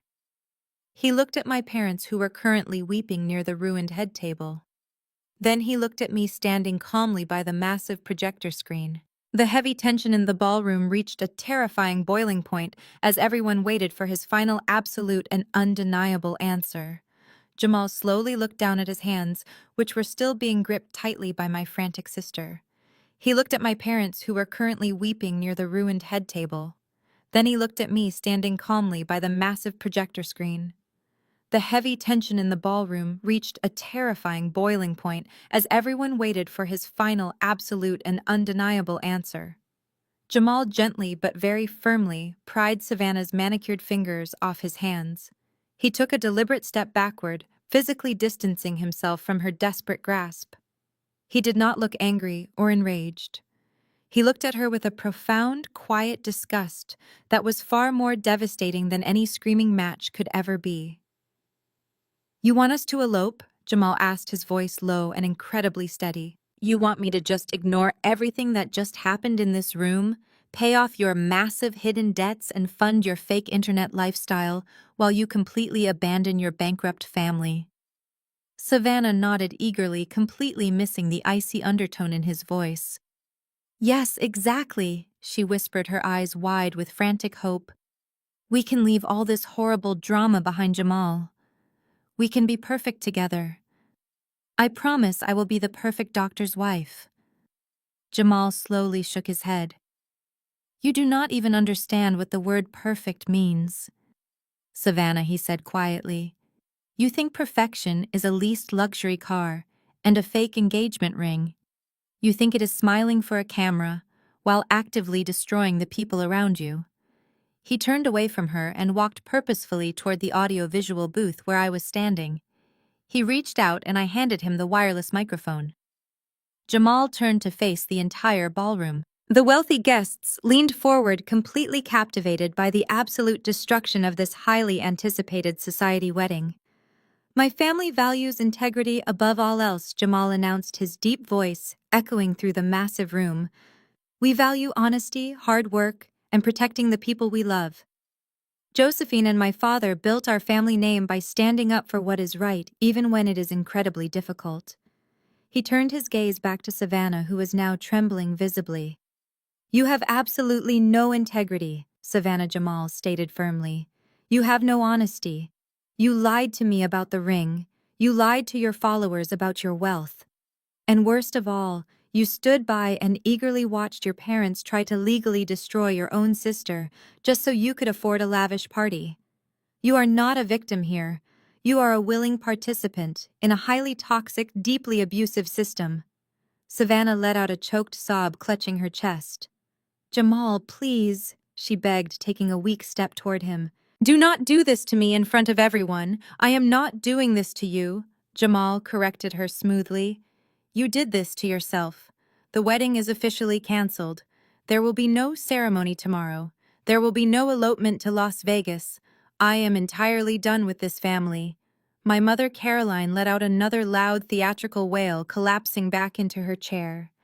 Richard buried his face in his hands, completely broken and humiliated in front of his elite peers. But Jamal was not finished cleaning up the wreckage. He walked back over to Savannah and held out his right hand, palm up. Since Olivia was the one who actually paid for that 3-carat diamond ring, Jamal said, his voice leaving no room for argument. "I believe it is time you return it. I am not leaving this building while you are still wearing stolen property." Savannah gasped, clutching her left hand to her chest, as if he had just asked her to cut off her own finger. "No!" she whined, her face twisting into a petulant scowl. "It is mine. It was a gift. You cannot take it back." "It was a gift based entirely on a massive fraudulent lie," Jamal countered, stepping closer. "Take it off, Savannah. Do not make me ask the country club security to forcefully remove it from your hand." The mention of the security guards finally broke her. Savannah looked around the room and saw the absolute contempt in the eyes of the wealthy guests. She saw Josephine standing tall and unbothered, ready to deploy a team of elite lawyers if necessary. With a trembling hand and fresh tears streaming down her contoured face, Savannah slowly slid the massive diamond ring off her finger. She dropped it into Jamal's outstretched palm with a soft metallic clink. Jamal closed his fist around the ring and turned toward his parents. "Josephine, my father," he said clearly, "we are leaving. Please gather the rest of our family members and head to the exits. There is absolutely nothing left for us to celebrate here tonight." Josephine offered a crisp, satisfied nod. She turned and began gracefully ushering the extended family members out of the grand ballroom, leaving the toxic wreckage of my family entirely behind them. Josephine offered a crisp, satisfied nod. She turned and began gracefully ushering the extended family members out of the grand ballroom, leaving the toxic wreckage of my family entirely behind them. But Richard could not let it end this way. Watching his prestigious future-in-laws walk out was the final blow to his fragile ego. He snapped. His face contorted into an unrecognizable mask of pure fury, and he turned his burning eyes directly toward me. "You did this!" he roared, his voice echoing violently off the crystal chandeliers. "You deliberately planned this entire spectacle to destroy us." He lunged forward, closing the distance between us in heavy stomping strides. His hands were curled into tight fists, and for a brief, terrifying moment, I thought he was going to strike me right there in the middle of the room.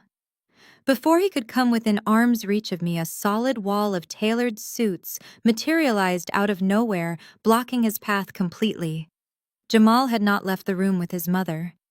He stayed behind, anticipating my father's violent reaction, and several of his tall, athletic cousins stayed right beside him.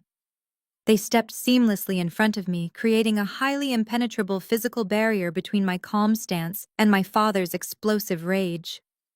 Jamal stood dead center, looking down at Richard with eyes as cold as ice. "Take one more step toward her, Richard," Jamal warned, his voice dropping to a dangerous whisper. "Just take one single step, and I will ensure you leave this country club in the back of a police cruiser before you even have a chance to pack your bags for the eviction." My father froze instantly, intimidated by the sheer physical presence of the men standing firmly before him. He was a coward who only knew how to bully women and children behind closed doors. Faced with actual strength, his aggressive posture completely crumbled. He took a shaky step backward, his chest heaving with heavy, defeated breaths. Seeing her husband utterly humiliated and entirely neutralized my mother, Caroline decided to deploy her absolute final weapon. She let out a loud, ear-piercing shriek and dramatically threw herself onto the polished hardwood floor. She collapsed in a heap of expensive designer fabric, clutching her chest and gasping loudly for air as if she were suffering a sudden, massive heart attack. "Please, somebody help me," she wailed, thrashing her arms wildly. "My heart is failing. The stress is killing me. Call an ambulance immediately." It was a performance worthy of a daytime soap opera, but the reaction from the room was completely unprecedented. In the past, her dramatic displays of victimhood would always send our family scrambling to comfort her and apologize. But tonight, under the harsh, bright light of the projector screen exposing her massive financial frauds, the wealthy country club guests saw right through her pathetic charade. Nobody rushed to her side.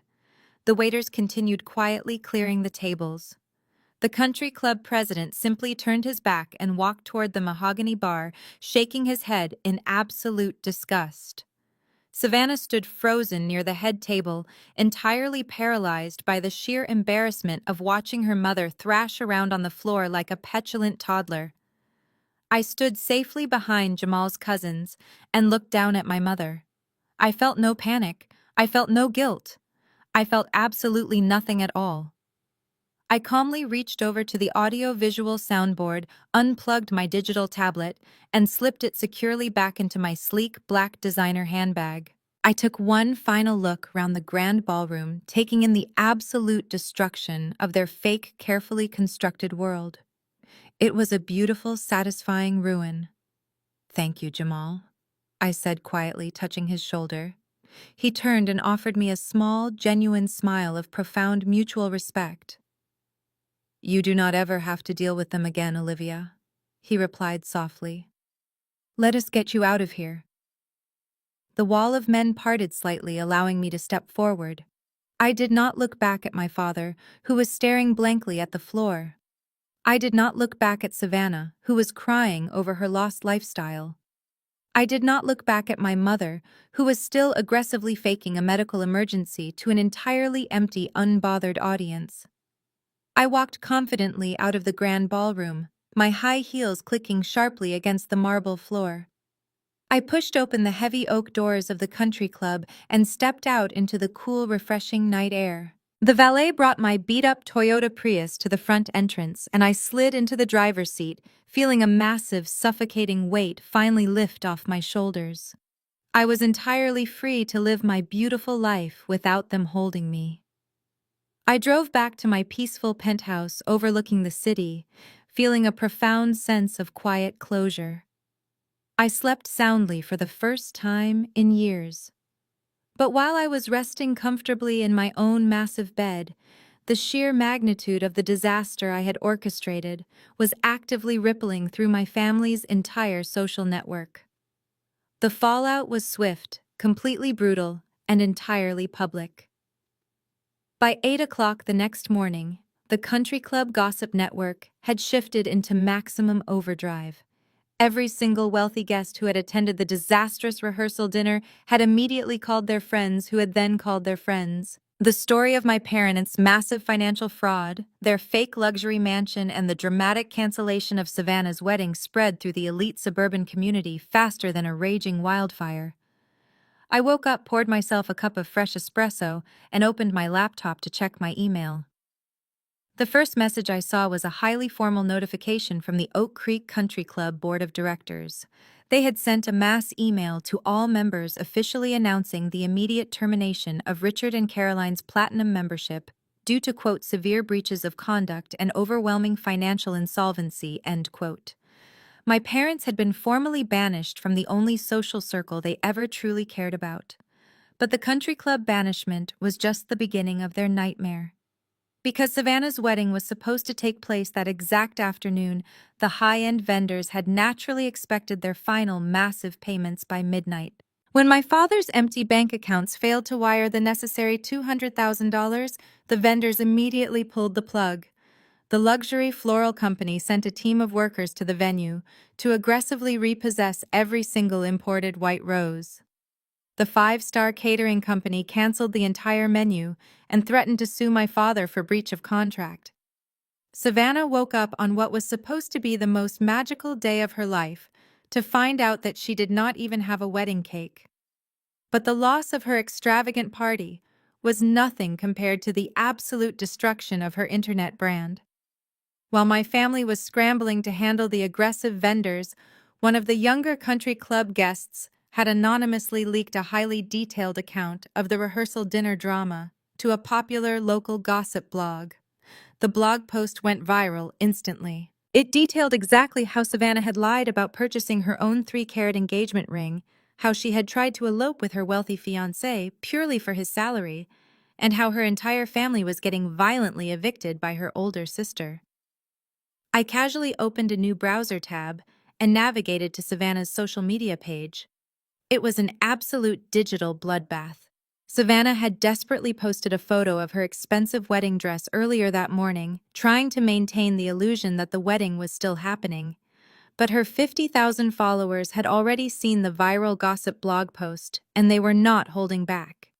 The comments section was flooded with thousands of angry messages completely dragging her for her massive hypocrisy and toxic behavior. Her followers called her a cheap fraud, a desperate gold digger, and a pathetic liar. People were demanding that she take down her previous video, where she had falsely accused me of ruining her life. Several prominent lifestyle brands that previously sponsored her content publicly announced they were immediately terminating their lucrative partnership contracts with her due to her toxic behavior. Her entire carefully curated digital empire was burning to the ground in real time. My cell phone buzzed loudly on the kitchen counter, breaking my focus on the screen. It was Thomas, my lead corporate attorney, calling to give me an update on the legal proceedings. "Good morning, Olivia," Thomas said, his voice practically humming with deep professional satisfaction. "I just received a frantic call from Gregory Thorne. He formally withdrew as your parents' legal counsel this morning. He realized they were completely broke and could not pay his massive hourly rate, so he immediately abandoned them." Thomas chuckled softly. The process server also successfully delivered the official 30-day eviction notice to their front door an hour ago. And our massive countersuit for defamation and fraudulent prosecution is officially moving forward in the county courthouse. They are entirely ruined, Olivia. They have absolutely no money, no lawyer, and no social standing left.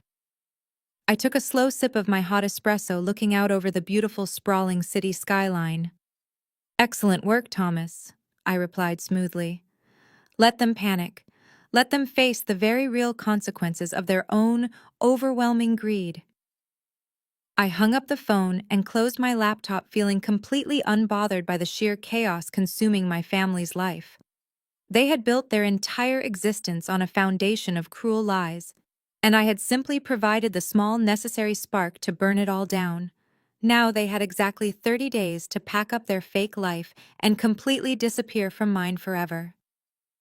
Exactly 30 days later, I found myself sitting quietly in the driver's seat of my reliable Toyota Prius. I was parked safely down the street from the luxury mansion that my parents used to call their own. The morning air was crisp, and the neighborhood was perfectly quiet. But the scene unfolding at the end of the manicured driveway was anything but peaceful. Today was the final day of their eviction notice, and I wanted to witness the absolute conclusion of the massive lie they had forced me to live under for my entire adult life. I rolled my window down just a crack and watched as a heavy industrial tow truck backed slowly into the driveway. The loud beeping echoed through the quiet street, signaling the arrival of the repo men. The target was Savannah's bright red luxury Porsche Macan. The car she had used to build her fake online persona was now completely covered in dust. The lease had not been paid in 4 months, and the dealership was taking their property back. Savannah burst out of the heavy mahogany front doors, wearing a pair of faded sweatpants and an oversized hoodie. She looked absolutely nothing like the glamorous internet lifestyle vlogger she had pretended to be just 1 month ago. Her hair was tied back in a messy knot, and her face was puffy from weeks of constant crying. She ran down the driveway, waving her arms frantically at the tow truck driver. I could faintly hear her begging him to give her just 1 more week, claiming she was expecting a massive brand sponsorship check that would cover all the missed payments. But the tow truck driver was a professional who had dealt with thousands of desperate people living far beyond their means. He completely ignored her theatrical pleas. He calmly stepped out of his truck, hooked the heavy steel chains to the undercarriage of the Porsche, and engaged the hydraulic winch. Savannah dropped to her knees right there on the pristine concrete driveway, watching in absolute horror as her ultimate status symbol was slowly dragged onto the flatbed truck. She did not even bother pulling out her phone to record a dramatic video for her followers, because she had no followers left to manipulate. As the tow truck pulled away carrying the red Porsche down the street, a battered, rented moving box truck backed into the exact same spot. Two exhausted-looking movers stepped out and began hauling my parents' belongings out of the grand mansion. This was not a high-end white-glove moving service, because their bank accounts were completely frozen and their credit cards were entirely maxed out. My father had been forced to hire the absolute cheapest labor he could find. I watched as the movers carried out their oversized, gaudy furniture. Under the harsh morning sunlight, the furniture looked incredibly cheap and badly worn. The velvet couches were stained and the gold-painted accents were visibly peeling. Without the dim romantic lighting of the country club or the careful staging of a luxury home, their possessions looked exactly like what they were. They were cheap, fragile imitations of real wealth. My father, Richard, finally emerged from the house carrying a cardboard box filled with old paperwork. His shoulders were slumped heavily, and he dragged his feet across the concrete. The arrogant, patriarchal posture he had maintained for decades was completely gone. He looked incredibly old and profoundly defeated. My mother, Caroline, followed closely behind him, carrying a plastic garbage bag full of her designer clothes. She was not crying or putting on a massive, dramatic performance for the neighbors. There was absolutely no one left for her to perform for. The elite neighbors they had tried so desperately to impress were all safely hidden behind their drawn curtains, completely ignoring the embarrassing spectacle outside. I knew exactly where that battered moving truck was heading later this afternoon.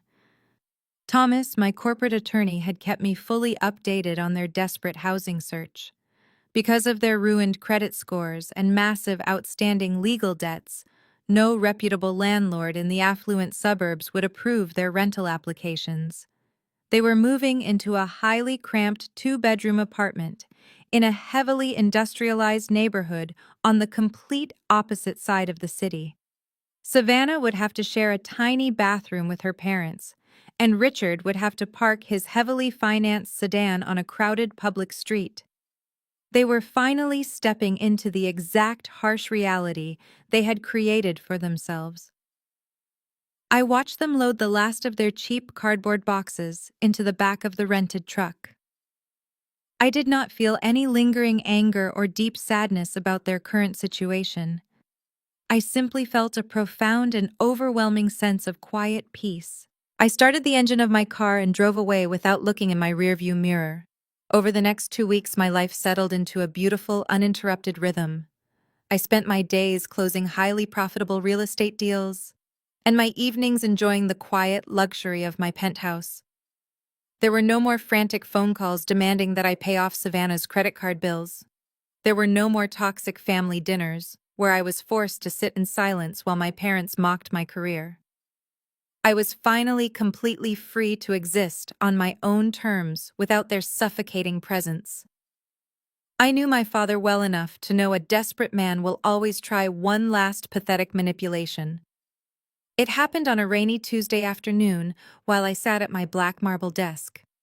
My private cell phone buzzed. The caller ID displayed my father's phone number. I had not blocked him yet because my attorneys advised me to keep communication lines open until our defamation lawsuit was fully settled. That legal battle finalized earlier that morning with my parents officially surrendering because they could not afford to fight anymore. I decided to answer just to hear his final attempt. I picked up the phone and pressed it to my ear without saying a single greeting.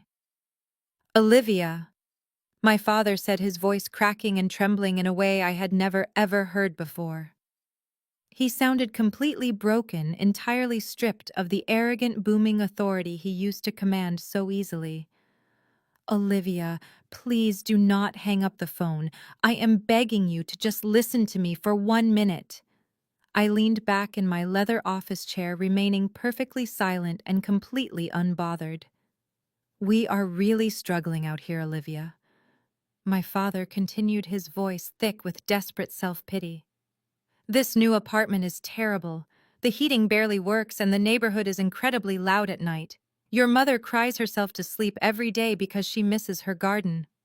Savannah is devastated. She cannot find a job that pays enough to cover her living expenses because her internet reputation is ruined forever. We have lost absolutely everything we cared about. All of our wealthy friends from the country club have abandoned us. He paused, clearly waiting for me to express warm sympathy.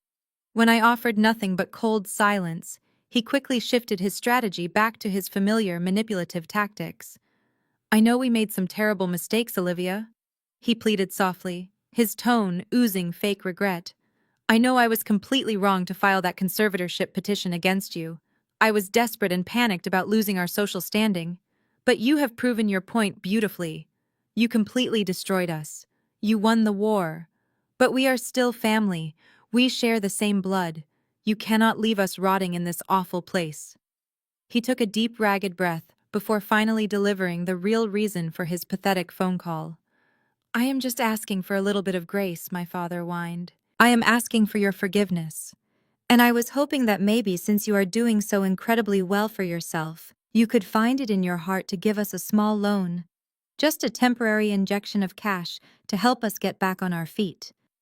$50,000 would change our current miserable situation. We would pay you back with interest, I promise. Just a small handout to save your parents from ruin." I listened to his pathetic speech feeling absolutely nothing but clinical disgust. He had not learned a single lesson. Even after being publicly exposed and legally dismantled, he viewed me as nothing more than an endless human bank account. He thought he could just cry and manipulate his way back into my finances. I sat forward and placed my elbows on the marble desk. "Richard," I said, my voice dripping with icy professionalism, "do you remember what you said to me at that restaurant just a few weeks ago? You loudly announced to Jamal's entire family that you had to cut me off because I needed to learn independence. You told everyone there that I could not live off handouts from my parents forever." My father let out a quiet, desperate whimper on the other end of the line. "Well, I took your advice to heart," I told him, my tone devoid of any emotion. "I stopped living off handouts, Dad. You should try it." Before he could utter another pathetic excuse, I pulled the phone away from my ear and ended the call instantly. I opened my contacts list, tapped his name, and selected the option to permanently block his number. I did the exact same thing for Caroline and Savannah. The cord was finally cut forever. The cord was finally cut forever. The months that followed that final phone call were the most peaceful of my entire life. Summer slowly faded into autumn, and late November quickly arrived, bringing the familiar holiday chill. In the past, Thanksgiving was a holiday I actively dreaded. It meant sitting at a highly tense table listening to my mother brag about Savannah's fake accomplishments while actively ignoring my very existence. But this year was going to be completely different. I was not spending the holiday alone in my penthouse. Instead, I was pulling my car into the long, sweeping driveway of a stunning brick estate in an affluent Atlanta suburb. I parked and walked up the wide stone steps holding a freshly baked pecan pie and a bottle of vintage wine. The front door swung open before I could even ring the bell. Josephine stood there, wearing a beautiful crimson dress, with a warm, genuine smile lighting up her face. "Welcome home, Olivia," she said warmly, pulling me into a deep, comforting hug. It was the kind of maternal embrace I had never received from my own mother. I stepped inside the massive foyer and was immediately hit by the incredible aromas of a traditional Southern holiday feast. The smell of roasted turkey, baked macaroni, collard greens, and sweet potato casserole drifted through the warm air. The house was alive with loud, joyous laughter and the comforting sounds of genuine connection. Dozens of family members were gathered in the spacious living room, swapping stories and watching football. There was absolutely no tension, no performative wealth, and no toxic undercurrent of jealousy. It was just a group of successful, loving people choosing to celebrate life together. Jamal walked out of the kitchen, wearing a casual sweater and carrying a tray of appetizers. When he saw me, He set the tray down and walked over, giving me a firm, friendly hug. "It is incredibly good to see you, Olivia," Jamal said, handing me a glass of sparkling cider. "How is the real estate empire running these days?" I smiled, taking the glass. "The empire is expanding beautifully," I replied. "And how is the hospital?" Jamal laughed, shaking his head. "Busy, but I finally got approved for that new pediatric orthopedic program I was pitching." He looked genuinely happy and entirely stress-free. In the months since the rehearsal dinner disaster, Jamal and I had developed a profound platonic friendship. There was absolutely no forced romance between us. We were simply two highly driven professionals who had survived a massive collision with a toxic family and emerged stronger on the other side. We shared a mutual respect that was completely unbreakable. Josephine ushered everyone into the grand dining room. The table was absolutely massive, stretching across the room, heavily laden with incredible food. I found my seat situated right between Jamal and his favorite aunt.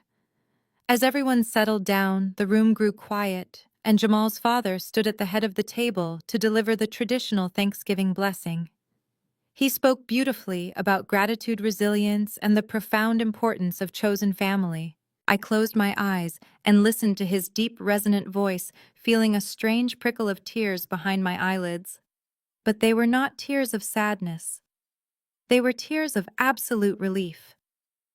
When the blessing ended, the table erupted back into joyous conversation. Bowls of food were passed around, and the room was filled with the sound of clinking silverware. Josephine leaned over and gently touched my arm. "I am so glad you decided to join us today, Olivia," she said, her dark eyes full of profound understanding.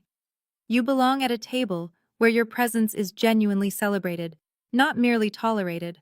I looked at her and then looked around the massive room.